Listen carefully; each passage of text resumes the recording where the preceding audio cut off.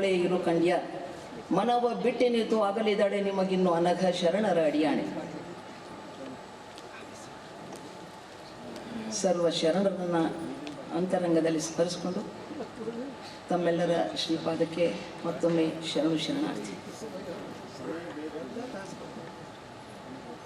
ಏನೆಂಬೆ ಏನೆಂಬೆ ಒಂದೆರಡಾದುದ, ಏನೆಂಬೆ ಏನೆಂಬೆ ಎರಡೊಂದಾದುದ, ಏನೆಂಬೆ ಏನೆಂಬೆ ಒಂದೆರಡಾದುದ, ಏನೆಂಬೆ ಏನೆಂಬೆ ಎರಡೊಂದಾದುದ, ಏನೆಂಬೆ ಏನೆಂಬೆ ಅವಿರಳ ಘನವ, ಏನೆಂಬೆ ಏನೆಂಬೆ ಅವಿರಳ ಘನವ, ಮಹದಾನಿ ಕೂಡಲ ಸಂಗಮ ದೇವ, ಮಹದಾನಿ ಕೂಡಲ ಸಂಗಮ ದೇವ, ತಾನೇ ಬಲ್ಲ ಮಹದಾನಿ ಕೂಡಲ ಸಂಗಮ ದೇವ, ತಾನೇ ಬಲ್ಲ. ಏನೆಂಬೆ ಏನೆಂಬೆ ಒಂದೆರಡಾದುದ, ಏನೆಂಬೆ ಏನೆಂಬೆ ಎರಡೊಂದಾದುದ.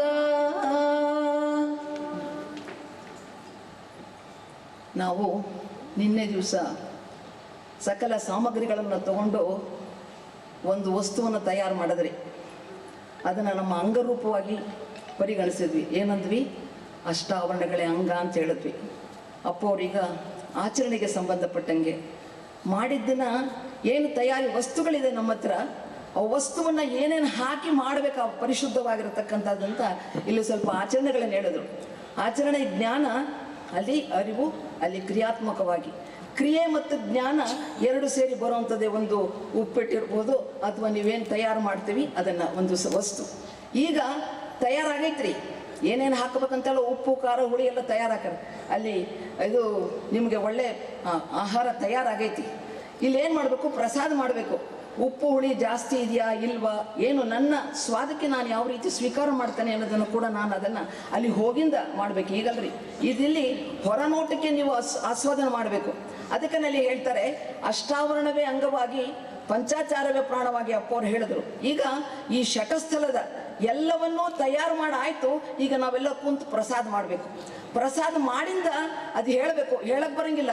ಉಪ್ಪು ಹುಳಿ ಖಾರ ಮಧುರ ಒಗರು ತಿಕ್ತ ಗೊತ್ತಿಲ್ಲ, ತಿಂದ ಮ್ಯಾಕಂದು ಗೊತ್ತಾಗತ್ತೆ, ಹೌದಲ್ಲ?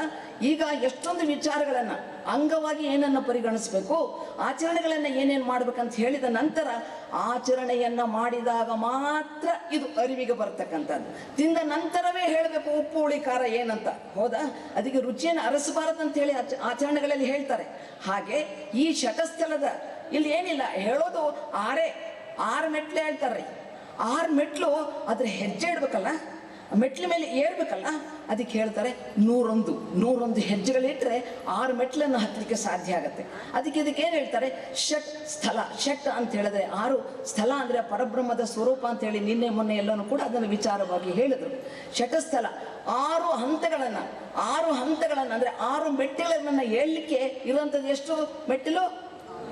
101 ಮೆಟ್ಟಿಲು. 101 ಮೆಟ್ಟಿಲನ್ನು ಅಂದರೆ ಹೆಜ್ಜೆಗಳು, 101 ಹೆಜ್ಜೆಗಳನ್ನು ಇಡಬೇಕಾಗಿರುವಂಥದ್ದು 6 ಮೆಟ್ಲೆ ಇಡಬೇಕಾಗಿರೋದು 101 ಹೆಜ್ಜೆ. ಭಕ್ತನಾಗಿ ಎಷ್ಟು ಇಡಬೇಕು, ಮಹೇಶನಾಗಿ, ಪ್ರಸಾದಿಯಾಗಿ, ಪ್ರಾಣಲಿಂಗಿಯಾಗಿ, ಶರಣನಾಗಿ, ಐಕ್ಯನಾಗಿ ಎಷ್ಟು ಹೆಜ್ಜೆಗಳನ್ನು ಇಡಬೇಕಂತೇಳಿ ಶರಣರು ನಮಗೆ ವಿಸ್ತಾರವಾಗಿರ್ತಕ್ಕಂಥ ರೂಪವನ್ನು ಅನೇಕ ವಚನಗಳಲ್ಲಿ ಕೊಡ್ತಾರೆ. ಇದಕ್ಕೆ ಹೇಳ್ತಾರೆ ಶಟಸ್ಥಲ. ಶಟಸ್ಥಲ ಅಂತ ಹೇಳಿದ್ರೆ ಅಪ್ಪವ್ರು ಹೇಳಿದ್ರು, ಅಂಗದಿಂದ ಲಿಂಗವಾಗುವ ಪರಿ, ನರನಾಗಿರತಕ್ಕಂಥವನು ಹರನಾಗುವ ಪರಿ, ಹೌದಾ?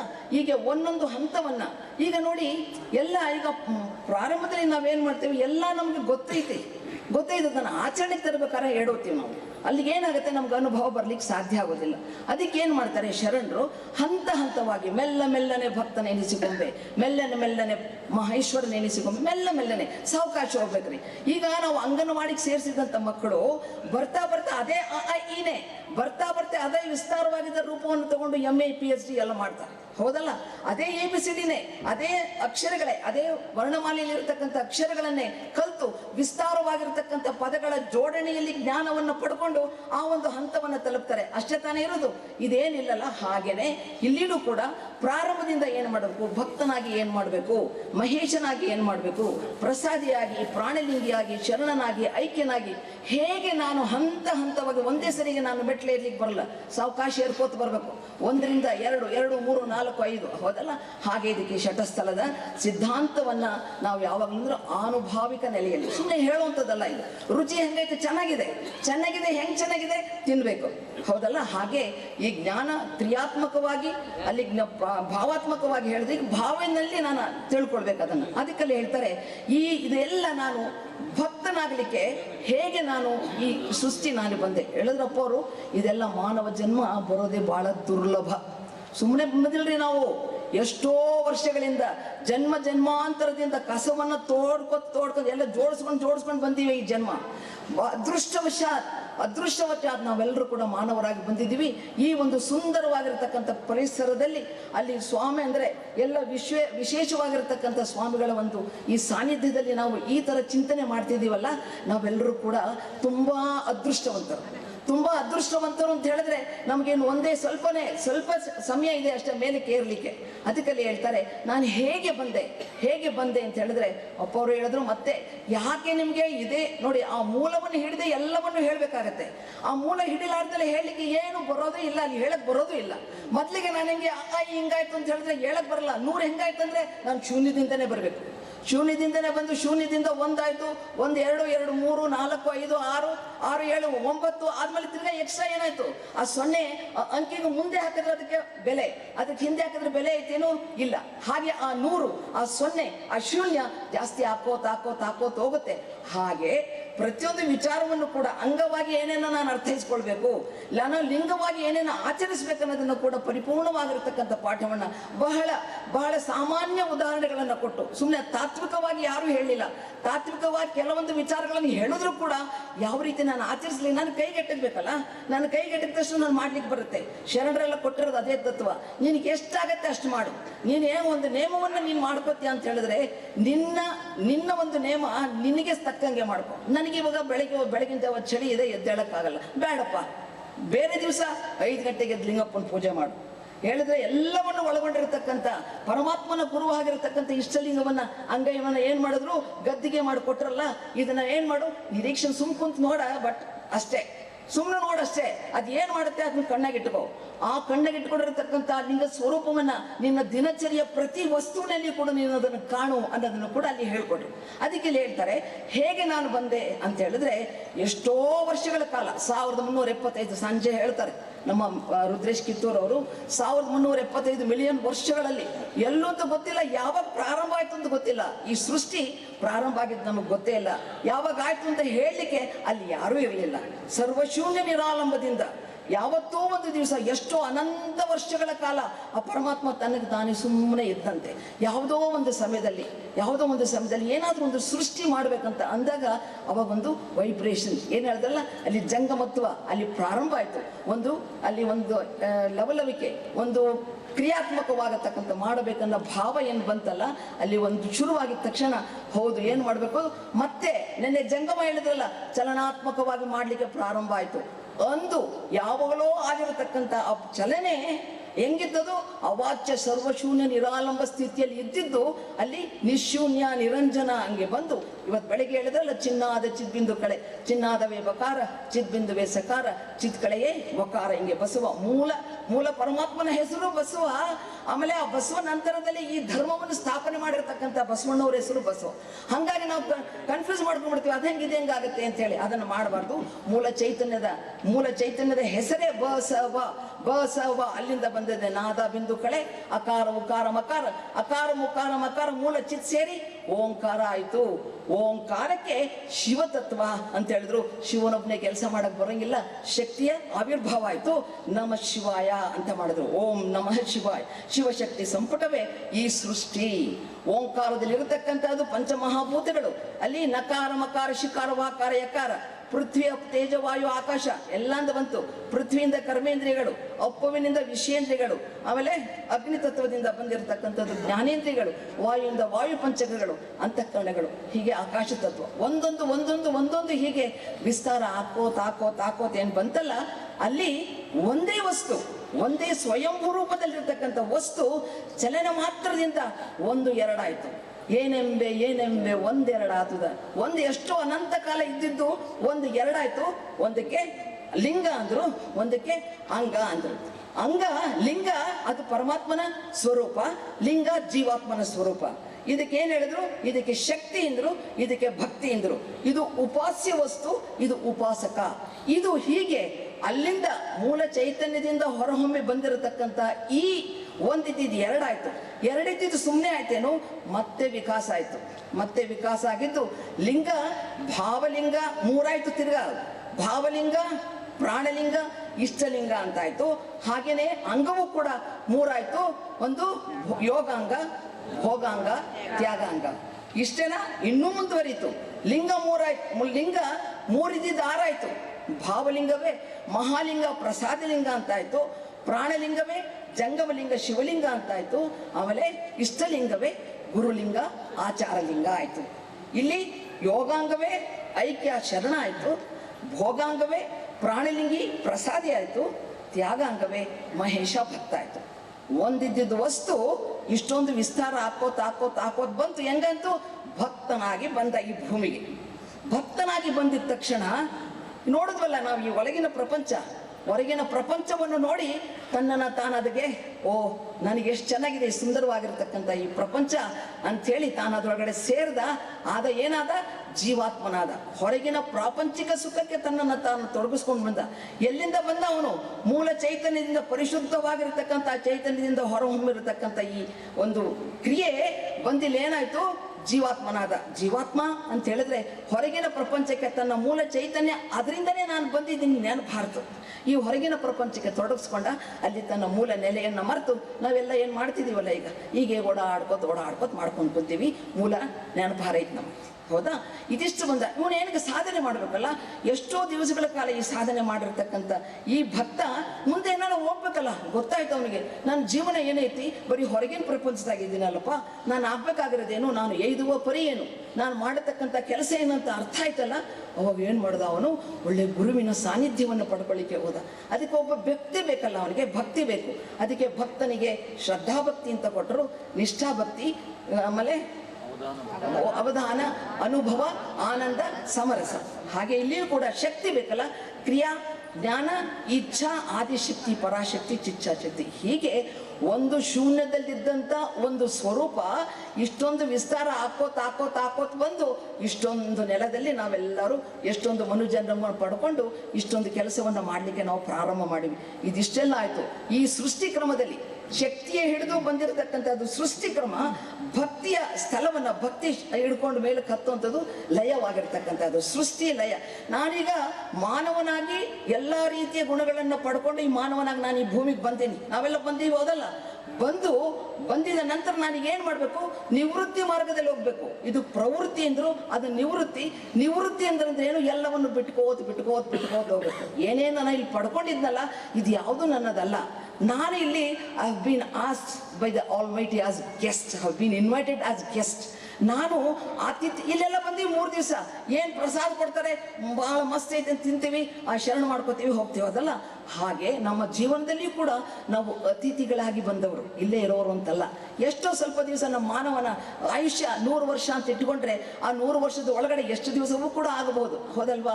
ಹಾಗೆ ಇಲ್ಲಿ ಆಯಸ್ಸನ್ನು ಹಿಡ್ಕೊಂಡು ಬಂದಿರತಕ್ಕಂಥವ್ರು ನಾವು ಶಾಶ್ವತವಾಗಿ ಇರುವಂಥವ್ರಲ್ಲ. ಇದ್ದ ವಸ್ತುವನ್ನ ಇದ್ದ ಸಮಯದಲ್ಲಿ ಸದುಪಯೋಗ ಪಡ್ಕೊಂಡು ಆ ಮೂಲ ಚೈತನ್ಯವನ್ನು ಸೇರಬೇಕು. ಯಾವ ರೀತಿ ಒಂದು ಮಗು ಪುಟ್ಟ ಮಗು ರೀ, ಅದಕ್ಕೇನು 3-4 ತಿಂಗಳು ಯಾರು ಕರೆದ್ರು ಅವ್ರ ಕಡೆ ಹೋಗ್ತೈತೆ, ಗೊತ್ತಿಲ್ಲ ಇದಕ್ಕೆ ನನ್ನ ಅಮ್ಮ ಯಾರ ಅಪ್ಪ ಯಾರ ಅಂತ. ಅಳ್ಕೋತಂದ್ರೆ ಯಾರು ಇಟ್ಕೋತಾರೆ ಅಂದ್ರೆ ಅದ್ರ ಜೊತೆ ಹೋಗುತ್ತೆ. ಆ ಮೂಲ ಚೈತನ್ಯದ ಸ್ವರೂಪವೇ ನಾನು ಹೋದಾಗ ಆ ಮೂಲ ಚೈತನ್ಯವನ್ನು ಸೇರ್ಲಿಕ್ಕೆ ನನಗೆ ಸಾಧ್ಯ ಆಗುತ್ತೆ. ಅದಕ್ಕಾಗಿ ಸಾಧನೆಯನ್ನು ಮಾಡಬೇಕು. ಭಕ್ತನಿಗೆ ಭಕ್ತಿ ಕೊಟ್ಟರು ಅಲ್ಲಿ ಪರಮಾತ್ಮನ ಶಕ್ತಿ ಇಲ್ದಲೆ ನಾನೇನು ಮಾಡ್ಲಿಕ್ಕೆ ಬರಂಗಿಲ್ಲ.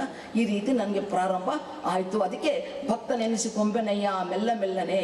ಹೀಗೆ ಪ್ರತಿಯೊಂದು ಸಹಜದಿಂದ ನಿರಾಲಂಬಕ್ಕೆ ಬಂದು, ನಿರಾಲಂಬದಿಂದ ನಿರಂಜನ ಲಿಂಗಕ್ಕೆ ಬಂದು, ನಿರಂಜನ ಲಿಂಗದಿಂದ ನಿಶೂನ್ಯ ಲಿಂಗಕ್ಕೆ ಬಂದು, ನಿಶೂನ್ಯ ಲಿಂಗದಿಂದ ನಿಷ್ಕಲ ಲಿಂಗಕ್ಕೆ ಬಂದು, ಆತ್ಮತತ್ವದ ಐಕ್ಯ ಸ್ಥಳದ ಮಹಾಲಿಂಗದಲ್ಲಿ ಓಂಕಾರ ಪ್ರಣವ ಸ್ವರೂಪರಾಗಿ ನಾ ಹೆಂಗೆ ಬಂದೆ?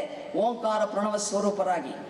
ಆಮೇಲೆ ಆಕಾಶ ತತ್ವದ ಶರಣಸ್ಥಳದ ಪ್ರಸಾದ ಲಿಂಗದಲ್ಲಿ ಯಕಾರ ಪ್ರಣವ ಸ್ವರೂಪರಾಗಿ, ವಾಯು ತತ್ವದ ಪ್ರಾಣಲಿಂಗಿ ಸ್ಥಳದ ಜಂಗಮ ಲಿಂಗದಲ್ಲಿ ವಾಕಾರ ಪ್ರಣವ ಸ್ವರೂಪರಾಗಿ, ಅಗ್ನಿ ತತ್ವದ ಪ್ರಸಾದಿ ಸ್ಥಳದ ಗುರುಲಿಂಗದಲ್ಲಿ ನಾನು ಮಕಾರ ಪ್ರಣವ ಸ್ವರೂಪರಾಗಿ, ಶಿಕಾರ ಪ್ರಣವ ಸ್ವರೂಪರಾಗಿ, ಮಾಹೇಶ್ವರ ಸ್ಥಳದ ಅಪ್ಪು ತತ್ವದ ಮಾಹೇಶ್ವರ ಸ್ಥಳದಲ್ಲಿ ನಾನು ಮಕಾರ ಸ್ವರೂಪರಾಗಿ, ಪೃಥ್ವಿ ತತ್ವದ ಭಕ್ತ ಸ್ಥಳದ ಆಚಾರ ಲಿಂಗದಲ್ಲಿ ನಕಾರ ಪ್ರಣವ ಸ್ವರೂಪರಾಗಿ ಈ ಪ್ರಪಂಚಕ್ಕೆ ನಮ ಶಿವಾಯ ಓಂ ಬಸವ ಏನು ಹೇಳಿದ್ರಲ್ಲ ಬೆಳಗ್ಗೆ, ಆ ಸ್ವರೂಪವಾಗಿ ಭೂಮಿಗೆ ನಾನು ಬಂದು ಹುಟ್ಟಿದ್ದೇನೆ. ನಾನು ಅದರಿಂದ ಹೊರಹೊಮ್ಮಿ ಮೂಲ ಚೈತನ್ಯದಿಂದ ಹೊರಹೊಮ್ಮಿರತಕ್ಕಂಥ ಈ ದೇಹ ಈ ಸೃಷ್ಟಿಯಲ್ಲಿ ಬಂದು ನಿಂತ್ಕೊಂಡೈತಿ.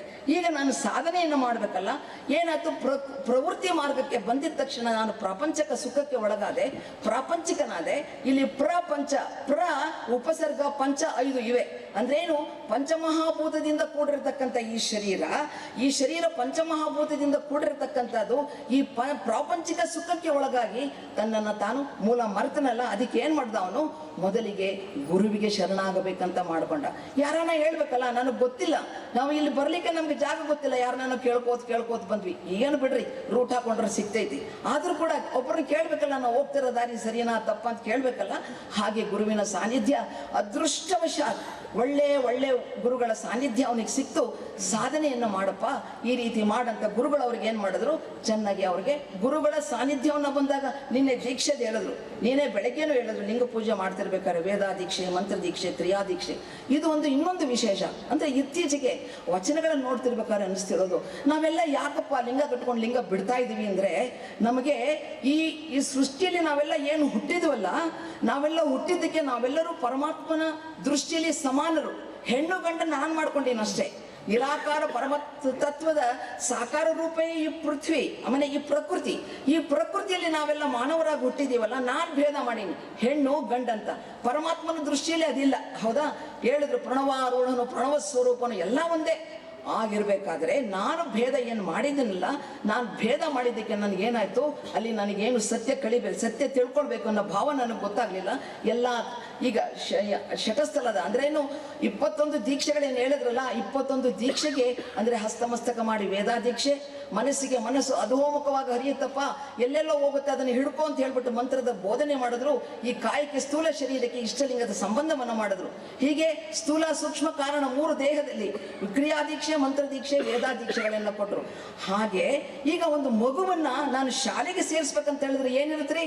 ಸಮವಸ್ತ್ರ ಇರುತ್ತಲ್ಲ. ಹಾಗೆ ಪರಮಾತ್ಮ ಸೃಷ್ಟಿ ಮಾಡಿರತಕ್ಕಂಥ ಈ ಪ್ರಪಂಚಕ್ಕೆ ಎಲ್ರಿಗೂ ಯೂನಿಫಾರ್ಮ್ ಬೇಕಲ್ಲ, ಅದಕ್ಕೆ ಕೊಟ್ಟರು. ಪರಮಾತ್ಮನ ಕುರು ಆಗಿರತಕ್ಕಂಥ ಇಷ್ಟಲಿಂಗವನ್ನ ಯೂನಿಫಾರ್ಮ್ ಹಾಕೊಂಡ್ರೆ ನಿಮ್ಗಲ್ಲಿ ಎಂಟ್ರೆನ್ಸ್, ಇಲ್ದಿದ್ರು ಇಲ್ಲ ಅನ್ನೋ ಭಾವದಲ್ಲಿ. ಅದಕ್ಕೆ ಪರಿಪೂರ್ಣವಾಗಿ ಈ ಇಷ್ಟಲಿಂಗವನ್ನ ಪೂಜೆ ಮಾಡುವ ರೀತಿ ಇರ್ಬೋದು. ದೀಕ್ಷಾಕ್ರಮ ಅಂತ ಏನ್ ಹೇಳ್ತಾರಲ್ಲ, ಆ ದೀಕ್ಷಾಕ್ರಮ ಸರಿಯಾಗಿ ನಮಗೆ ಯಾರಿಗೂ ಸಿಗದ ಕಾರಣ ದಿಶಾ ಭೂಲ್ ಆಗುತ್ತೆ. ನಮಗೆ ಇಲ್ಲಿ ಎಷ್ಟು ಜನ ಇದೀವಿ ಅಷ್ಟು ರೀತಿಯ ಲಿಂಗ ಪೂಜೆ ಮಾಡ್ತೀವಿ. ಸತ್ಯನಾ ಗೊತ್ತಿಲ್ಲ. ಯಾಕಂದ್ರೆ ನಮ್ಗೆ ಯಾರಿಗೂ ಯಾರು ಹೇಳಿಲ್ಲ, ನಮ್ಗೆ ಮಾರ್ಗದರ್ಶನ ಕೊಟ್ಟಿಲ್ಲ. ಅಥವಾ ಅವ್ರಿಗೆ ಗೊತ್ತಿತ್ತೋ, ಅವ್ರು ನಮ್ಗೆ ಹೇಳಿಲ್ವೋ ಏನೋ ಗೊತ್ತಿಲ್ಲ. ನಮ್ಗೇನು ಸಿಕ್ಕಿದೆ, ಯಾರಿಂದ ಏನು ಪಡ್ಕೊಂಡಿದೀವಲ್ಲ, ಅಥವಾ ನಾವೇ ನಿನ್ನೆ ದಿವಸ ಹೇಳಿದ್ರು ನಾನೇ ಓದ್ಕೊಂಡು ನಾನೇ ಲಿಂಗ ಕಟ್ಕೊಳಂಗಿಲ್ಲ. ಹೌದಾ? ಅದು ತಪ್ಪಾಗತ್ತೆ. ಹಾಗೆ ಗುರುವಿನ ಮೂಲಕ ನನಗೆ ಬೇಕು. ಅರಿವಾದಳು ನನ್ನಲ್ಲಿ ಕುರು ಹಿಡಿದು ಕುರುವಾಗಿ ಗುರು ನನ್ನಲ್ಲಿ ಇರಲೇಬೇಕು. ಆಗ ಮಾತ್ರ ನಾನು ಈ ಸತ್ಯದ ನೆಲೆಯಲ್ಲಿ ನಡೆಯಲಿಕ್ಕೆ ಸಾಧ್ಯ ಆಗತ್ತಲ್ವಾ? ಆದ್ರಿಂದ ಹೇಳ್ತಾನೆ, ಆ ಮೂಲ ಚೈತನ್ಯವನ್ನು ಹಿಡಿದು ನಾನು ಈ ರೀತಿ ನಡ್ಕೊಂಡು ಬರಬೇಕು ಅಂತ ಹೇಳಿದ್ರೆ ನನಗೆ ಗುರುವಿನ ಆಸರೆ ಬೇಕೇ ಬೇಕು. ನಿನ್ನೆ ಇನ್ನೊಂದು ಹೇಳಿದ್ರು, ಮುಕ್ತಾಯಕನ ಅಲ್ಲಮ ಪ್ರಭುದೇವರು ಮುಕ್ತಾಯಕನ ನಡೆದು ನಡೆಯ ಕಂಡು ಅವ್ರು ಹೇಳಲ್ಲ, ಆರೆಂದು ಕುಡುಹ ಬೆಳೆಸಿಕೊಳ್ಳಲು ಏನೆಂದು ಹೇಳುವೆನಯ್ಯ. ಅವ್ರು ಕೇಳ್ತಾರೆ, ಅಂಗ ಏನೊಂದು ಅರ್ಧ ತಿಳಿಯ ಹಿಡಿದುಕೊಂಡು ಕಂಗಳ ಮುತ್ತು ಪವಿಳಿಸುವಾಗ ನೀನಾರು ಹೇಳ ಅಂತ ಹೇಳಿದ್ರೆ ಅವ್ರು ಹೇಳ್ತಾರೆ, ನಾನು ಏನು ಹೇಳ್ತೀನಿ, ನಾನು ಹೇಳ್ತಾ ಇರೋದೆಲ್ಲನೂ ಕೂಡ ಸತ್ಯ. ನಾವು ಕನ್ನಡದಲ್ಲಿ ಈಗ ಬೆಳಗ್ಗೆನೇ ಹೇಳ್ತಾರೆ, ನೀ ಯಾರ ಮನೆಯವರು ಅಂದರೆ ಅಂಥವ್ರ ಮನೆಯವರು ಇಂಥವ್ರ ಮನೆಯವರು ಅಂತ ಹೇಳ್ತೀವಿ. ಅವರು ಸೊಸೆ ಅಂತನೋ ಅತ್ತೆ ಅಂತನೋ ಏನೋ ಒಂದು ಸಂಬಂಧ ಕಲ್ಪಿಸ್ಕೊಂಡು ಹೇಳ್ತೀವಿ. ಆದರೆ ಅವ್ರೇನು ಹೇಳಿದ್ರು, ಅಜಗಣ್ಣನ ಬೆನ್ನ ಬಳಿಯವಳ ಅನ್ನೋದು ಇದರ ಈ ವಿಶೇಷ. ಇದು ಈ ವಚನಗಳಲ್ಲಿ ಇರತಕ್ಕಂಥ ಒಂದು ಉತ್ಕೃಷ್ಟವಾಗಿರತಕ್ಕಂಥ ಜ್ಞಾನ. ಆ ಜ್ಞಾನ ಶರಣರಿಗೆ ಪರಮಾತ್ಮನ ಒಡಗೂಡಿ ಇದ್ದಿದ್ದ ಕಾರಣ ಇಷ್ಟೊಂದೆಲ್ಲ. ನೋಡಿ, ಕನ್ನಡ ಸಾಹಿತ್ಯ ಪರಿಷತ್ ಏನಿದೆಯಲ್ಲ, ಇಷ್ಟು ದಪ್ಪ 8 ವಾಲ್ಯೂಮ್ ಮಾಡೋರಿ ಕನ್ನಡ ನಿಘಂಟು ಅಂತ. ನಮ್ಮ ವಚನಗಳಲ್ಲಿ ಇರತಕ್ಕಂಥ ಪದಕ್ಕೆ ಅರ್ಥ ಆದ್ರಿಗಿಲ್ಲ. ನೀವು ನೋಡ್ತಾ ಇರಿ, ನಾನು ಗುರ್ತಹಚ್ಚಿಲ್ಲ, ಇದೇನೋ ಗೊತ್ತಾಗ್ಲಿಲ್ವಲ್ಲ ಪದ ಅಂತ ಅದ್ರಲ್ಲಿ ನೋಡಿದ್ರೆ ಸಿಗಂಗಿಲ್ಲ.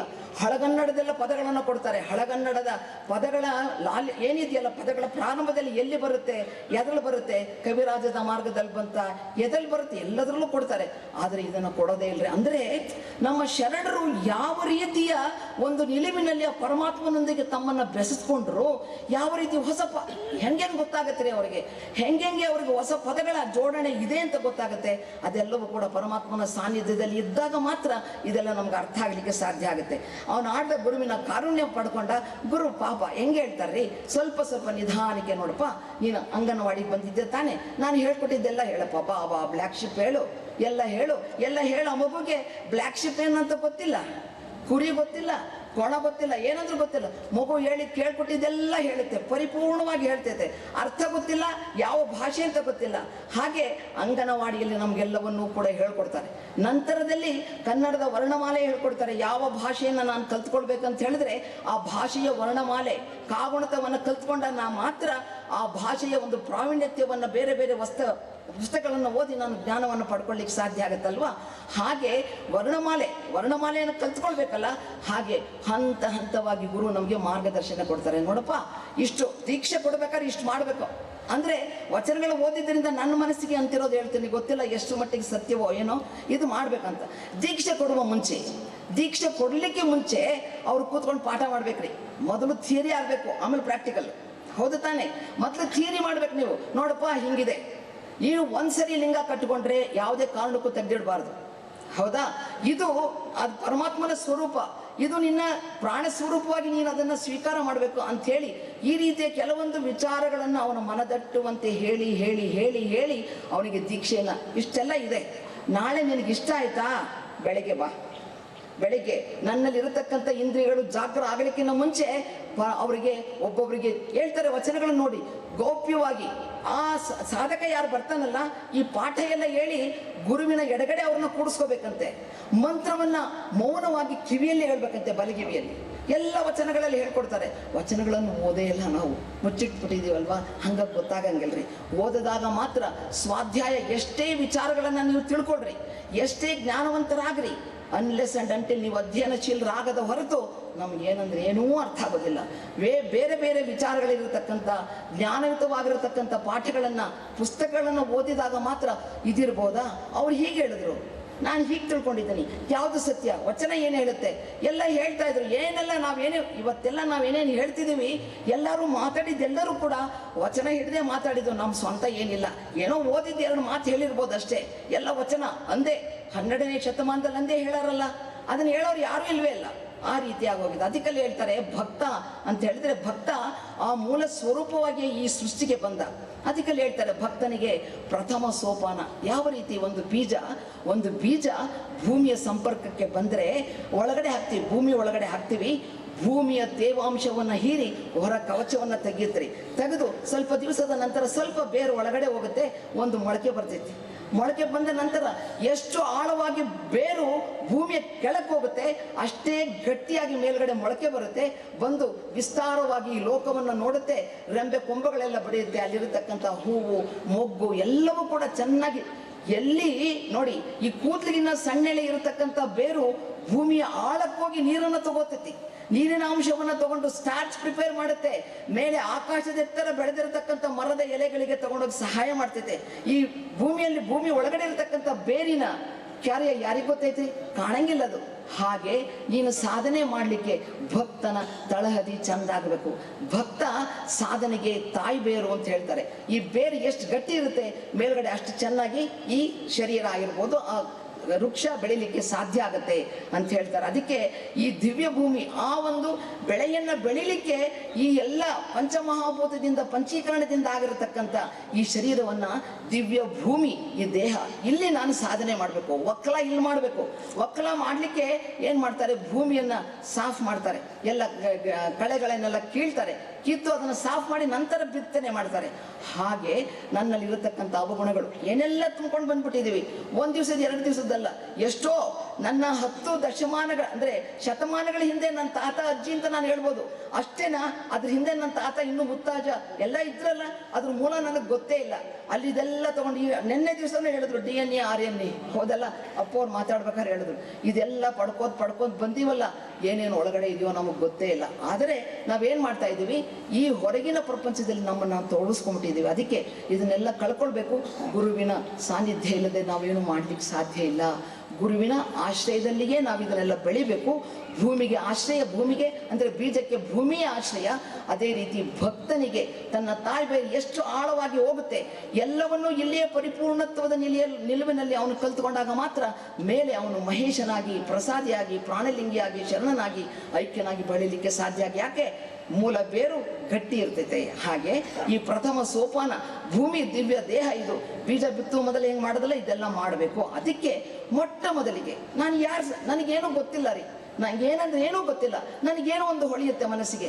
ಯಾರು ನನಗೆ ಹೇಳ್ಕೊಡ್ತಾರೆ, ಯಾರೋ ಒಬ್ರು ಸಿಗ್ತಾರೆ, ಅಪ್ಪವ್ರು ಅಂತ ಸಿಗ್ತಾರೆ. ಅಪ್ಪವರೇ ನನ್ನ ಮನಸ್ಸಿಗೆ ಹಿಂಗೆ ಅನ್ನಿಸ್ತಿದೆ, ಏನಂದ್ರೆ ನೋಡು ಹಿಂಗೆ ಮಾಡಂತ ಹೇಳ್ತಾರೆ. ಅವರ ಮಾತುಗಳಲ್ಲಿ ಅವರು ಹೇಳತಕ್ಕಂಥ ಉಪದೇಶದಲ್ಲಿ ನಾನು ಶ್ರದ್ಧೆ ನಿಷ್ಠೆಯನ್ನಿಟ್ಟು ಆಚರಿಸಬೇಕು. ಆಚರಿಸೋಣ. ಆಚಾರವೇ ಮುಖ್ಯ, ಆಚಾರವೇ ಪ್ರಾಣ. ಅಂದ್ರೆ ಅಲ್ಲಿ ತನಕ ಆಚಾರ ಅಂದ್ರೆ ಮೂವ್ ಅಂತ, ಎಲ್ಲಿ ತನ ನನ್ನ ಗುರಿ ಸಿಗತನ ನಾನು ಹೋಗ್ತಾ ಇರಬೇಕು, ಸಾವಕಾಶ ಹೋಗ್ಬೇಕು. ಸಾವಕಾಶ ಹೋಗ್ತಾ ನಾನು ಆ ಗುರಿಯನ್ನು ಮುಟ್ಲಿಕ್ಕೆ ಸಾಧ್ಯ ಆಗುತ್ತೆ. ಅದಕ್ಕೆ ಆಚಾರ ಅಂದ್ರು. ಆಚಾರ ಲಿಂಗ ಅಂತಾನೆ ಕೊಟ್ರು, ಆಧಾರ ಚಕ್ರ ಅಂತಾನೆ ಕೊಟ್ರು, ಬೇರೆ ಹೆಸರು ಕೊಡ್ಲೇ ಇಲ್ಲ. ಯಾಕೆ, ಏನು ನಾನು ಸಾಧನೆಯನ್ನು ಮಾಡ್ತೀನಿ ಎಲ್ಲಕ್ಕೂ ಆಧಾರ ಅಧಿಷ್ಠಾನವಾಗಿರತಕ್ಕಂಥದ್ದು ಈ ಆಚಾರ, ಈ ಭಕ್ತ ಸ್ಥಳ, ಈ ಭಕ್ತ ದೇಹ. ಮೆಲ್ಲ ಮೆಲ್ಲನೆ ಭಕ್ತ, ಮೆಲ್ಲ ಮೆಲ್ಲನೆ ಮಹೇಶ್ವರ, ಮೆಲ್ಲ ಮೆಲ್ಲನೆ ಪ್ರಸಾದಿ, ಮೆಲ್ಲ ಮೆಲ್ಲನೆ ಪ್ರಾಣಲಿಂಗಿ, ಮೆಲ್ಲ ಮೆಲ್ಲನೆ ಶರಣ, ಮೆಲ್ಲ ಮೆಲ್ಲನೆ ಐಕ್ಯರಾದವೆಂಬರು ನಿಮ್ಮ ಶರಣರು ತಾವೇನು ಮರುಜವಣೆಯ ಕೊಂಡರೆ, ಅಮೃತ ಸೇವನೆಯ ಮಾಡಿದರೆ, ಆವ ಸ್ಥಳದಲ್ಲಿ ನಿಂತರೂ ಆ ಸ್ಥಳದಲ್ಲಿ ಷಡುಸ್ಥಳ ಆ ಭಕ್ತಿಯ ಬಾಯಲ್ಲಿ ಕುಡಿಯ ಹೊಯ್ದು ಹೋಗುವನೆಂದ ಕೂಡಲ ಚನ್ನ ಸಂಗಮ ದೇವ ಅಂತಾರೆ. ಯಾವ ಸ್ಥಳನಾದ್ರೂ ಇರಲಿ, ಭಕ್ತ ಸ್ಥಳಕ್ಕೆ ನಾನು ಬಂದ್ಮೇಲೆ ಭಕ್ತನಲ್ಲಿ ಮುಂದಿನ ಸ್ಥಳದಲ್ಲಿ ಹೇಳ್ತೇನೆ. ಏನು 3 ಸ್ಥಳ ಏನು ಮುಖ್ಯ ಅಪ್ಪ ಅವ್ರು ಮಾಡ್ತಾರೆ, ಆಯ್ತಾ? ಈ 3 ಸ್ಥಳದಲ್ಲಿ ಏನು ನಡೆಯುತ್ತಲ್ಲ ಕ್ರಿಯೆಗಳು, ಆ ನಿಲುವು ಅವನಿಗೆ ಆ ಸ್ಥಳದಲ್ಲಿ ಆಚರಣೆ ಮಾಡ್ಬೇಕಾದ್ರೆ ಅವ್ನಿಗೆ ಅರ್ಥ ಆಗಿರ್ಬೇಕು. ಭಕ್ತ ಇದ್ದಾಗ ಭಕ್ತ ಹೆಂಗಿರ್ಬೇಕು, ಶ್ರದ್ಧೆ ಜೊತೆ ಇರಬೇಕು, ಕ್ರಿಯಾಶಕ್ತಿ ಜೊತೆ ಇರಬೇಕು. ಆಮೇಲೆ ಮಹೇಶ, ಭಕ್ತನ ಮಹೇಶ, ಭಕ್ತನ ಪ್ರಸಾದಿ, ಭಕ್ತನ ಪ್ರಾಣಲಿಂಗಿ, ಭಕ್ತನ ಶರಣ, ಭಕ್ತನ ಐಕ್ಯ, ಇವೆಲ್ಲವೂ ಭಕ್ತ ಸ್ಥಳದಲ್ಲಿಯೇ ಅವನು ಸಾಧನೆ ಮಾಡಿ ಅರ್ಥೈಸ್ಕೊಂಡಿರ್ಬೇಕು. ಐಕ್ಯ ಸ್ಥಳದಲ್ಲಿ ಏನು ಅನುಭವ ಇರುತ್ತಲ್ಲ ಇಲ್ಲಿ ಒಂಚೂರು ಆಗಿರ್ಬೇಕು, ಅದಲ್ಲಿ ವಿಸ್ತಾರ ಆಗತ್ತೆ. ಆ ರೀತಿಯ ಭಾವನೆ ಇವನು ಮಾಡಿದಾಗ ಮಾತ್ರ ಸಾಮಾನ್ಯ. ನಮ್ಗೆ ನೋಡ್ರಿ 100 ವರ್ಷ ಅಂತ ನಾ ಹೇಳಿದೆ, ಯಾವಾಗ ಹೋಗ್ತೀವೋ ಏನೋ ಗೊತ್ತಿಲ್ಲ. ಇಷ್ಟು ದಿವಸ ನಾನು ಕಳೆದೆ, ನನ್ನ ಜೀವನ ಸಾಕಷ್ಟು ನಿರರ್ಥಕವಾಗಿ ಹೋಗಿ ಈಗಲಾದ್ರೂ ಅರ್ಥ ಆಗೈತಲ್ಲ. ಲೇಸೆನಿಸಿಕೊಂಡು ಒಂದು ದಿನ ಬದುಕಿದರೆ ಸಾಲದೆ, ಸಾಕಲ್ಲ. ಒಂದು ದಿವಸನೇ ಇರಲಿ, ಒಂದು ದಿವಸವೇ ಸಾಧನೆಯನ್ನ ಮಾಡಿ ನಾವು ಆ ಪರಮಾತ್ಮನ ಮೂಲ ನೆಲೆಯನ್ನ ಕಂಡು ಸಂತೋಷದಿಂದ ಬದುಕು ಸಾಕಲ್ರಿ. ಇವತ್ತು ಸಂತೃಪ್ತಿ ಆಯ್ತಪ್ಪ ನನಗೆ ಅಂತೀವಲ್ಲ ನಾವು, ಹಾಗೆ ಒಂದು ದಿನ ಬದುಕಿದರೆ ಸಾಲದೆ ಅನ್ನೋದನ್ನು ಕೂಡ ಅಲ್ಲಿ. ಅದಕ್ಕೇನೆ ಈ ಭಕ್ತ ಸ್ಥಳ ಏನಿದೆಯಲ್ಲ ಅದು ಬೇರಿದ್ದಂಗೆ. ಕಾಯಕ್ಕಾಧಾರ ಭಕ್ತ, ಜೀವಕ್ಕಾಧಾರ ಭಕ್ತ, ಕರಣಕ್ಕಾಧಾರ ಭಕ್ತ, ಲಿಂಗಕ್ಕಾಧಾರ ಭಕ್ತ, ಜಂಗಮಕ್ಕಾಧಾರ ಭಕ್ತ, ಪ್ರಸಾದಕ್ಕಾಧಾರ ಭಕ್ತ, ನಿನಗಾಧಾರ ಭಕ್ತ, ನನಗಾಧಾರ ಭಕ್ತ, ಎಲ್ಲಕ್ಕೂ ಆಧಾರ ಭಕ್ತ ಮೂಲ ತಾಯಿ ಬೇರಿದ್ದಂಗೆ. ಅದಕ್ಕೆ ಕಾಯ ಜೀವ ಎಲ್ಲದರಲ್ಲೂ ಕೂಡ ಈ ಮೂಲ ಮೊಟ್ಟ ಮೊದಲಿಗಿರತಕ್ಕಂಥದ್ದು ಭಕ್ತ ಸ್ಥಳ. ಭಕ್ತ ಯಾವುದನ್ನ ವಿಭಕ್ತ ಮಾಡೋದಿಲ್ಲ, ಯಾವುದನ್ನ ಬೇರ್ಪಡಿಸೋದಿಲ್ಲ. ಅವನಿಗೆ ಅರ್ಥ ಆಗತ್ತೆ ಸಾಧನೆ ಮಾಡ್ತಾ ಏನೋ ಆಯ್ತಪ್ಪ ನೋಡಿ. ನಾವು ಹಿಸ್ಟ್ರಿಯನ್ನು ಓದುತ್ತಿರ್ಬೇಕಾದ್ರೆ ಅಂದ್ರೆ ಸ್ವಲ್ಪ ಹೇಳ್ತೇನೆ, ಜಾಸ್ತಿ ಗೊತ್ತಿಲ್ಲ. ಅದ್ರಲ್ಲಿ ಏನ್ ಹೇಳ್ತಾರೆ ಅಂದ್ರೆ ಈ ಮಾನವನ ಒಂದು ಎವಲ್ಯೂಷನ್ ಆಯ್ತಲ್ಲ, ಅವರಲ್ಲಿ ಏನ್ ಮಾಡ್ತಿದ್ರು, ಕಾಡು ಜನರು ಎಲ್ಲ ಹಸಿ ಮಾಂಸ ತಿಂತಾ ಇದ್ರು, ಏನ್ ಸಿಗುತ್ತೆ ಅದನ್ನೆಲ್ಲ ತಿಂತಾ ಇದ್ರು. ಎಲ್ಲ ಮಾಡಿದಾಗ ಯಾರೋ ಒಂದು ಹೆಣ್ಣು ಅಲ್ಲಿ ಏನೋ ಒಂದು ಹಣ್ಣು ಸಿಕ್ತು, ಮರದಿಂದ ಬಂದಿದ್ದು, ಅದನ್ನ ತಿಂದ್ರು. ಆ ಬೀಜವನ್ನೆಲ್ಲ ಹಾಕಿದ್ರು, ಮಳೆ ಬಂತು, ಅದು ಬೆಳೀತು, ಏನೋ ನಡೀತಿದೆಯಲ್ಲ ಅಂತ ಶುರು ಮಾಡಿ ಹಾಗೇನು ಮಾಡಿದ್ರು, ಭೌತಿಕ ವಸ್ತುಗಳನ್ನ ಪೂಜೆ ಮಾಡ್ಲಿಕ್ಕೆ ಪ್ರಾರಂಭ ಮಾಡಿದ್ರು. ಹಾಗೆ ಈ ಶುರು ಆಯ್ತಲ್ಲ, ಹಾಗೆ ಇಲ್ಲಿ ಬಂದಿದ್ದನ್ನ ನಾನು ಕೂಡ ಇಲ್ಲೆಲ್ಲವನ್ನು ಅರ್ಥೈಸ್ಕೊಂಡು ಏನು ಮಾಡಬೇಕು, ಪ್ರಾರಂಭದಲ್ಲಿ ನನಗೆ ಅಷ್ಟೇ ಗೊತ್ತಿರುತ್ತೆ. ಭಕ್ತ ಸ್ಥಳದಲ್ಲಿ ಏನು ಮಾಡಬೇಕು, ಬೆಳಗಿನ ಜಾವ ಎದ್ದೇಳಬೇಕು, ಅಷ್ಟವಿಧಾರ್ಚನೆ ಷೋಡಶೋಪಚಾರ ಮಾಡಬೇಕು.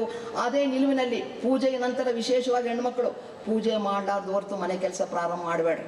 ಯಾಕಂತೀರಿ, ಮನೇಲಿ ಇರೋರೆಲ್ಲ ಜಂಗಮ ಸ್ವರೂಪಿಗಳು. ಅವ್ರೇನಾನ ಇರಲಿ, ನಿಮ್ಮ ದೃಷ್ಟಿಯಲ್ಲಿ ಅವರೆಲ್ಲರೂ ಜಂಗಮ ಸ್ವರೂಪಗಳಿರ್ತಾರಲ್ಲ, ಅವ್ರಿಗೆ ನೀವೇನು ಎಡೆ ಮಾಡ್ತಿರಲ್ಲ ಅಷ್ಟೇ ಒಳ್ಳೆ ಶುದ್ಧ ಮನಸ್ಸಿನಿಂದ ಅವ್ರಿಗೆ ಎಡೆ ಮಾಡ್ಬೇಕು. ಏನೇ ಮಾಡ್ರಿ. ಅದಕ್ಕೇನೆ ನಮ್ಮ ಹೆಣ್ಮಕ್ಳೆಲ್ಲರೂ ಕೂಡ ನೀವೇನು ಮೊದಲು ಮುಖ್ಯ, ಅವ್ರೇನು ನೀವು ಹೇಳ್ದಂಗೆ ಕೇಳ್ತಾರೆ, ಹೌದಾ? ಅದಕ್ಕೆ ಏನು ಮಾಡ್ಬೇಕಂದ್ರೆ ನೀವೆಲ್ಲರೂ ಕೂಡ ಪ್ರಪ್ರಥಮವಾಗಿ ಇಷ್ಟಲಿಂಗ ಪೂಜೆಯನ್ನು ಮಾಡಿದ ನಂತರವೇ ನಿಮ್ಮ ಅಡಿಗೆ ಕೆಲಸಗಳನ್ನು ಪ್ರಾರಂಭ ಮಾಡಬೇಕು. ಇಷ್ಟು ದಿವಸ ಮಾಡಿರಲಿಲ್ಲ, ಬೇಡ, ಇನ್ಮೇಲೆ ಚಾಲು ಮಾಡ್ರಿ, ಹೌದಾ? ಇಷ್ಟೆಲ್ಲ ಆಯ್ತಲ್ಲ, ಎಲ್ಲ ಆಯ್ತು. ಇದೆಲ್ಲ ಆದ್ಮೇಲೆ ಭಕ್ತಿ ವಿಕಾಸ ಕ್ರಮ ಹೇಗಾಗತ್ತೆ, ನಿಮ್ಮ ಮಾತು ಕೇಳ್ತಾರೆ ಅಂತ ಅವರು ಕೇಳ್ತಾರೆ, ನೀವು ಕೇಳ್ತಾರೆ ಬಿಡಿ, ಆಯ್ತಾ? ಭಕ್ತನ ವಿಕಾಸ ಕ್ರಮ. ಈಗ ಭಕ್ತ ಆದ್ನಲ್ಲ, ಏನ್ ಮಾಡಬೇಕು ಅವನು ಅಂತ ಹೇಳಿದ್ರೆ, ಭಕ್ತ ನೆನೆಸಿಕೊಂಬುದಯ್ಯ ಭಕ್ತಿ ಬಿಡಿದು. ಭಕ್ತಿ ಬೇಕು.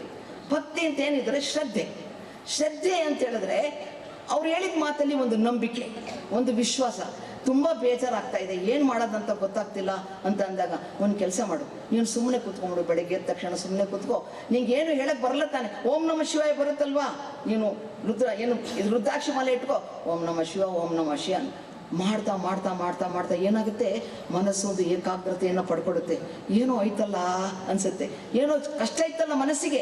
ಅವ್ರು ಹೇಳಿದ್ರಲ್ಲ ಭಾವನೆ, ಅವ್ರು ಹೇಳಿದ್ರಲ್ಲಿ ನೀವು ಕೂತ್ಕೊಂಡು ಶ್ರದ್ಧೆಯಿಂದ ಮಾಡಿದ್ರಲ್ಲ, ಮನಸ್ಸಿಗೆ ಶಾಂತಿ ಸಿಗ್ತೈತೆ. ಇದರಲ್ಲಿ ಏನೋ ಐತೆ, ನಾಳೆನೂ ಮಾಡೋಣ, ನಾಳೆ ನಾನು ನಿನ್ನೆ ಮಾಡಿದೆ, ನಾನು 6 ಗಂಟೆಗೆ ಎದ್ದು ಮಾಡಿದೆ, ನಾಳೆ 5:30 ಎದ್ದು ಮಾಡೋಣ, ನಾಡಿದ್ದು 5 ಗಂಟೆಗೆ, 4:30, 3 ಗಂಟೆ, ಬ್ರಾಹ್ಮಿ ಮುಹೂರ್ತ, ಯಾರಿಗೆ ಬೇಕು ಯಾರಿಗೆಲ್ಲ, ಹೌದಲ್ಲ? ಈ ರೀತಿಯ ನನ್ನ ಮನಸ್ಥಿತಿ ಅಲ್ಲಿ ಎಲ್ಲ ವಿಚಿತ್ರವಾಗಿ ಅಲ್ಲಿ ಹೋಗ್ತಾ ಹೋಗುತ್ತೆ. ಅದಕ್ಕಲ್ಲಿ ಹೇಳ್ತಾರೆ, ಭಕ್ತಿಗೆ ಭಕ್ತ ನೆನೆಸಿಕೊಂಬುದಯ್ಯ ಭಕ್ತಿ ಬಿಡಿದು, ಮಹೇಶ್ವರ ನೆನೆಸಿಕೊಂಬುದಯ್ಯ ನಿಷ್ಠೆ ಬಿಡಿದು. ಭಕ್ತಿ ಅಂತ ಹೇಳಿದ್ರೆ ಯಾರು ನನಗೆ ಮಾರ್ಗದರ್ಶನ ಮಾಡ್ತಾರೆ, ಗುರು ಸ್ವರೂಪವಾಗಿ ನನಗೆ ಮಾರ್ಗದರ್ಶನ ಮಾಡ್ತಾರೆ, ಯಾರ ಮಾತಿನಲ್ಲಿ ನಂಬಿಕೆಯನ್ನಿಟ್ಟು, ಯಾರಲ್ಲಿ ವಿಶ್ವಾಸವನ್ನಿಟ್ಟು ನಾನು ಆಚರಣೆಯನ್ನು ಮಾಡ್ತೇನಲ್ಲ, ಅಂಥವ ಒಂದು ನಿಲುವಿನಲ್ಲಿ ನನಗೆ ಒಂದು ನಿಲುವು, ಒಂದು ಮನಸ್ಸು ಸಂತೋಷ ಸಿಗುತ್ತಲ್ಲ, ಅಷ್ಟೇ ಸಾಕಲ್ಲ. ನಾನು ಸ್ವಲ್ಪ ಮಾಡಿದ ಕೆಲಸದಲ್ಲಿ ನನಗೆ ಸಿಕ್ಕದು ಅಷ್ಟೇ ಸಾಕು. ಅದಕ್ಕೆ ಭಕ್ತನಿಗೆ ಯಾವ್ದು ಬೇಕು, ಶ್ರದ್ಧಾ ಭಕ್ತಿ. ಶ್ರದ್ಧೆ ಅಂದರೆ ವಿಶ್ವಾಸ, ಆಮೇಲೆ ನಂಬಿಕೆ ಇರೋದು. ಶ್ರದ್ಧೆ ಎದರಲ್ಲಿ ಇಡಬೇಕು ರೀ? ಶ್ರದ್ಧೆ ಎದರಲ್ಲಿ ಇಡಬೇಕು? ಏನ್ ಹೇಳಿದ್ರಲ್ಲ ನಿನ್ನೆ, ಏನ್ ಹೇಳಿದ್ರು? ಇವತ್ತು ಕಂಪ್ಲೀಟ್ ಆಯ್ತಲ್ಲ, ಏನ್ ಬಂತು ನಿನ್ನೆ ಹೇಳಿದ್ದೆಲ್ಲ ಮರ್ತೋದ್ರ? ಅದೇನು ಲಿಂಗಜಂಗಮ 2 ಹೇಳಿದ್ರ? ನಿನ್ನೆ ಇವತ್ತಿಂದು, ನಿನ್ನೆ 12:30 1 ಗಂಟೆವರೆಗೂ ಅಪ್ಪವ್ರು ಬಿಡತನ ಎಲ್ಲಿವರೆಗೂ ಏನ್ ಪಾಠ ಆಯ್ತು? ಜಾಂಡ್ರು ಅಷ್ಟಾವರಣ ಪಂಚಾಚಾರ 2 ಆಯ್ತು. ಅಷ್ಟಾವರಣ ಪಂಚಾಚಾರ ಇದೆಯಲ್ಲ, ಅಷ್ಟಾವರಣಗಳಲ್ಲಿ ಶ್ರದ್ಧೆ ಇಡಬೇಕು. ಏನ್ ಹೇಳಿದ್ರು ನಿನ್ನೆ? ಗುರು ನಿನಗೆ ಅರಿವಾಗುತ್ತಲ್ಲ, ಅರಿವಿನ ಗುರುವಿನ ಮೂಲಕವೇ ಗುರು ಹೇಳ್ತಾನೆ. ಲಿಂಗ ಕೊಡ್ಬೇಕಾದ್ರೆ ಹೇಳ್ತಾರೆ, ಏನು ನೀನೇ ಲಿಂಗನಪ್ಪ, ನೀನು ಬಿಟ್ಟು ಏನಿಲ್ಲ, ಏನು ನೀನು ತೆರೆಯಿಲ್ಲದ ಘನವು ಅರಸಿಯನೆಂದೆಡೆ ಕಾಣಬಾರದು. ಅದೇನು ಕಾರಣ? ಅರಸುವಾತನು ನೀನೇ, ಹೌದಲ್ಲ? ಅದಕ್ಕೆ ನಿನ್ನನ್ನು ಹುಡುಕ್ಬೇಕಂತ ಹೇಳಿ ನಿನಗೇನು ಗುರು ನಿನಗೆ ಲಿಂಗವನ್ನು ಕೊಟ್ಟರಲ್ಲ, ನೀನೇ ಲಿಂಗ ಇದೆಯಾ, ನೀನು ಪೂಜೆ ಮಾಡ್ಕೋ. ಹರನಾಗಿ ಶಿವನ ಪೂಜಿಸು, ಹರನಾಗಿ ಹರನ ಪೂಜಿಸು ಅಂದ್ರಲ್ಲ, ನಿನ್ನನ್ನು ನೀನು ಪೂಜೆ ಮಾಡ್ಕೋ ಅಂತಂದ್ರು. ಮಾಡ್ಕೊಳ್ಳೋದು ಹೆಂಗ್ರಿ ಹೇಳ್ಕೊಟ್ರು. ಅದಕ್ಕೆ ಈ ಅಷ್ಟಾವರಣಗಳು ಗುರು ಲಿಂಗ ಜಂಗಮದಲ್ಲಿ ಶ್ರದ್ಧೆ. ಆಮೇಲೆ ವಿಭೂತಿ ರುದ್ರಾಕ್ಷದಲ್ಲಿ ಸೋಪಾಧಿಕ ನಿರಾಪಾಧಿಕ ಹೇಳಿದ್ರು. ವಿಭೂತಿ ರುದ್ರಾಕ್ಷಿಯಲ್ಲಿ ನಿಂತರೆ ಆಮೇಲೆ ನಿಷ್ಠೆ, ಆಮೇಲೆ ಶ್ರದ್ಧೆ ಬೇಕು. ಆಮೇಲೆ ತಿರ್ಗ ನಂತರದ ಏನ್ ಬೇಕು ನನಗೆ? ಮಂತ್ರ ಅಧೋಮುಖವಾಗಿ ಹರಿಯತಕ್ಕಂಥ ಮನಸ್ಸಿಗೆ ಹೇಳಿದ್ರು, ಇದಕ್ಕೊಂದು ಮಂತ್ರ ತಗೊಳಪ್ಪ, ಓಂ ನಮ ಶಿವಾಯ ಹೇಳ್ಬಿಡು ಸಾಕು. ಏನು ಗೊತ್ತಿಲ್ಲ ತಾನೆ, ಅದೆಲ್ಲಾನ ಇರಲಿ, ನೀನೇನು ಮೂಲ ರೂಪದಿಂದ ಬಂದೆ ಹೇಳಿದೆ ಸರಿ, ಅರ್ಥ ಆಯ್ತಾ ಮಾಡ್ಕೋ, ಇಲ್ಲ ಅಂದ್ರೆ ಸುಮ್ಮನೆ ಹೇಳು, ಹೌದಲ್ಲ? ಹೆಂಗೆ ಭಕ್ತ ಎಲ್ಲರೂ ಮಾಡಿದ್ರಲ್ಲ, ಭಕ್ತಿಯನ್ನು ಯಾವ ರೀತಿ ತೋರಿಸಿದ್ರಲ್ಲ, ಹಾಗೆ ನೀನು ಮಾಡು ಅಂತ ಹೇಳಿದ್ರು. ಮಾಡಿದಾಗ ಏನಾಯ್ತು, ನಾನು ಏನೇನು ಮಾಡಿದೆ? ಗುರು ಲಿಂಗ ಜಂಗಮ, ಆಮೇಲೆ ವಿಭೂತಿ ರುದ್ರಾಕ್ಷಿ ಮಂತ್ರ ಆಯ್ತು. ಇದೆಲ್ಲ ಮಾಡಿದ ನಂತರ ದಶಮಿದ ಪಾದೋದಕ ಬೆಳಿಗ್ಗೆ ಹೇಳಿದ್ರು, ಅಪ್ಪ ಅವ್ರು ಹೇಳಿದ್ರು, ಪಾದೋದಕ ಪ್ರಸಾದ, ಹೌದಾ? ಅಲ್ಲಿ ಗುರು ಪಾದೋದಕ, ಲಿಂಗ ಪಾದೋದಕ, ಜಂಗಮ ಪಾದೋದಕ, ಸ್ಪರ್ಶನೋದಕ, ಅವಧಾನೋದಕ, ಆಪ್ಯಾನೋದಕ, ಹಸ್ತೋದಕ, ಪರಿಣಾಮೋದಕ, 10 ದಶಮಿದ ಪಾದೋದಕ ಇಲ್ಲೇ ಆಗೋಯ್ತು. ಇದಿಷ್ಟು ಮಾಡು ನೀನು. ಅದು ಸಹಜಾಚರಣೆ, ನಿಮ್ಮ ಸಂಬಂಧಾಚರಣೆ ಹೇಳಿದ್ರು. ಯಾವಾಗ ನಿನ್ನ ಗುರು ಸಿಕ್ಕದ್ರಂತ ಹೇಳಿದ್ರೆ ಸರಿ, ದಿವಸ ಗುರು ನಮಗೆ ಸಿಗೋದಿಲ್ಲ. ಅದಕ್ಕೆ ಸಂಬಂಧಾಚರಣೆ ಮಾಡ್ಕೊಳ್ಬೇಕು. ನನ್ನ ಮುಂದೆ ಈಗ ಗುರುಗಳು ನಮ್ಮ ಮನೆಗೆ ಬರ್ತಾರೆ ಅಂತ ಹೇಳಿದ್ರೆ ಎಲ್ಲ ಶುದ್ಧ ಧೂಳು ಹೊಡಿತೀವಿ, ಎಲ್ಲವನ್ನು ಕ್ಲೀನ್ ಮಾಡ್ತೀವಿ. ಬರ್ತಾರೆ ಅಂತ ಅವ್ರು ಬರೋತನ ನಾವು ಪ್ರಸಾದ ಮಾಡೋದೇ ಇಲ್ಲ. ಏನಾನು ಮಾಡ್ಕೊಂಡಿರ್ತೀವಿ, ಅವ್ರಿಗೆ ಎಡೆ ಮಾಡೋತನ ನಾವು ಮಾಡೋದೇ ಇಲ್ಲ. ಹಾಗೆ ನೀನು ಇದನ್ನೆಲ್ಲ ರೆಡಿ ಮಾಡ್ಕೋ, ಇದನ್ನೆಲ್ಲ ಮಾಡ್ಕೊಂಡು ನೀನು ಅವ್ರು ಬಂದ ತಕ್ಷಣ ಅವ್ರಿಗೆ ಎಡೆ ಮಾಡಿದ್ಮೇಲೆ ನಮ್ಗೆ ಹೊಟ್ಟೆ ತುಂಬುತ್ತೆ, ಹೌದಾ? ಹಾಗಲ್ಲಿ ಹೇಳ್ತಾರೆ, ನೀನೇನು ಮಾಡಬೇಕು, ಮೊದಲಿಗೆ ಗುರು ಹೇಳಿರತಕ್ಕಂಥ ಪಾಠವನ್ನ ಇದೆಲ್ಲ ತಗೊಂಡು ಪಾದೋದಕ ಅಪ್ಪೋರು ಹೇಳಿದ್ರು ಬೆಳಿಗ್ಗೆ. ಪಾದೋದಕ ನೀರು ಜಲತತ್ವ ಐತಲ್ಲ, ಜಲ ಭಾಂಡ್ಯಾಗಿಡ್ರಿ, ಭಾಂಡೆ ಶೇಪ್ ತಗೋತೈತಿ. ಒಂದು ವಾಟ್ಯಾಗಿಡ್ರಿ, ವಾಟೆ ಅಂದರೆ ನೀನು ಯಾವ ರೀತಿ ಹೋಗ್ಬೇಕಂತ ಹೇಳಿದ್ರೆ ಕಷ್ಟ ಬರಲಿ ಸುಖ ಬರಲಿ ನಿನ್ನನ್ನು ನೀನು ಅದರಲ್ಲಿ ಸಮರ್ಪಣೆ ಮಾಡಿಬಿಡು. ಅದರಲ್ಲಿ ಏಕವಾಗಿ ನಡೆ, ಅದು ಪರಮಾತ್ಮ ನಿನಗೆ ಕಾರುಣ್ಯವನ್ನು ಪಡ್ಕೊಳ್ಳಿಕ್ಕೆ ಸಾಧ್ಯ ಆಗುತ್ತೆ. ಎಲ್ಲವನ್ನು ಪ್ರಸಾದವಾಗಿ ಸ್ವೀಕಾರ ಮಾಡು. ಭಕ್ತ, ನನಗೆ ಅಷ್ಟಾವರಣಗಳಲ್ಲಿ ನನಗೆ ಶ್ರದ್ಧೆ ಬಂತು, ಹೌದಾ? ಆಚರಣೆಯಲ್ಲಿ ಭಾಳ ಶ್ರದ್ಧೆಯಿಂದ ಮಾಡಿದೆ. ಲಿಂಗಾಚಾರ, ಸದಾಚಾರ, ಶಿವಾಚಾರ, ಗಣಾಚಾರ, ಭೃತ್ಯಾಚಾರ ಎಲ್ಲನೂ ಗೊತ್ತಾಯ್ತು ನನಗೆ. ಜಾತಿ ಭೇದ ಮಾಡಬಾರ್ದು, ಲಿಂಗ ಬಿಟ್ಟರೆ ಇನ್ನೇನು ಮಾಡಂಗಿಲ್ಲ. ಕಾಯಕ ದಾಸೋಹ ಹೇಳಿದ್ರು, ಸದಾಚಾರದಲ್ಲಿ ಭೃತ್ಯಾಚಾರ ಆಗಿರಬೇಕು, ಗಣಾಚಾರ ಎಲ್ಲ ಹೇಳಿದ್ರು. ಹೌದು, ನಾನು ಮಾಡ್ತೇನೆ.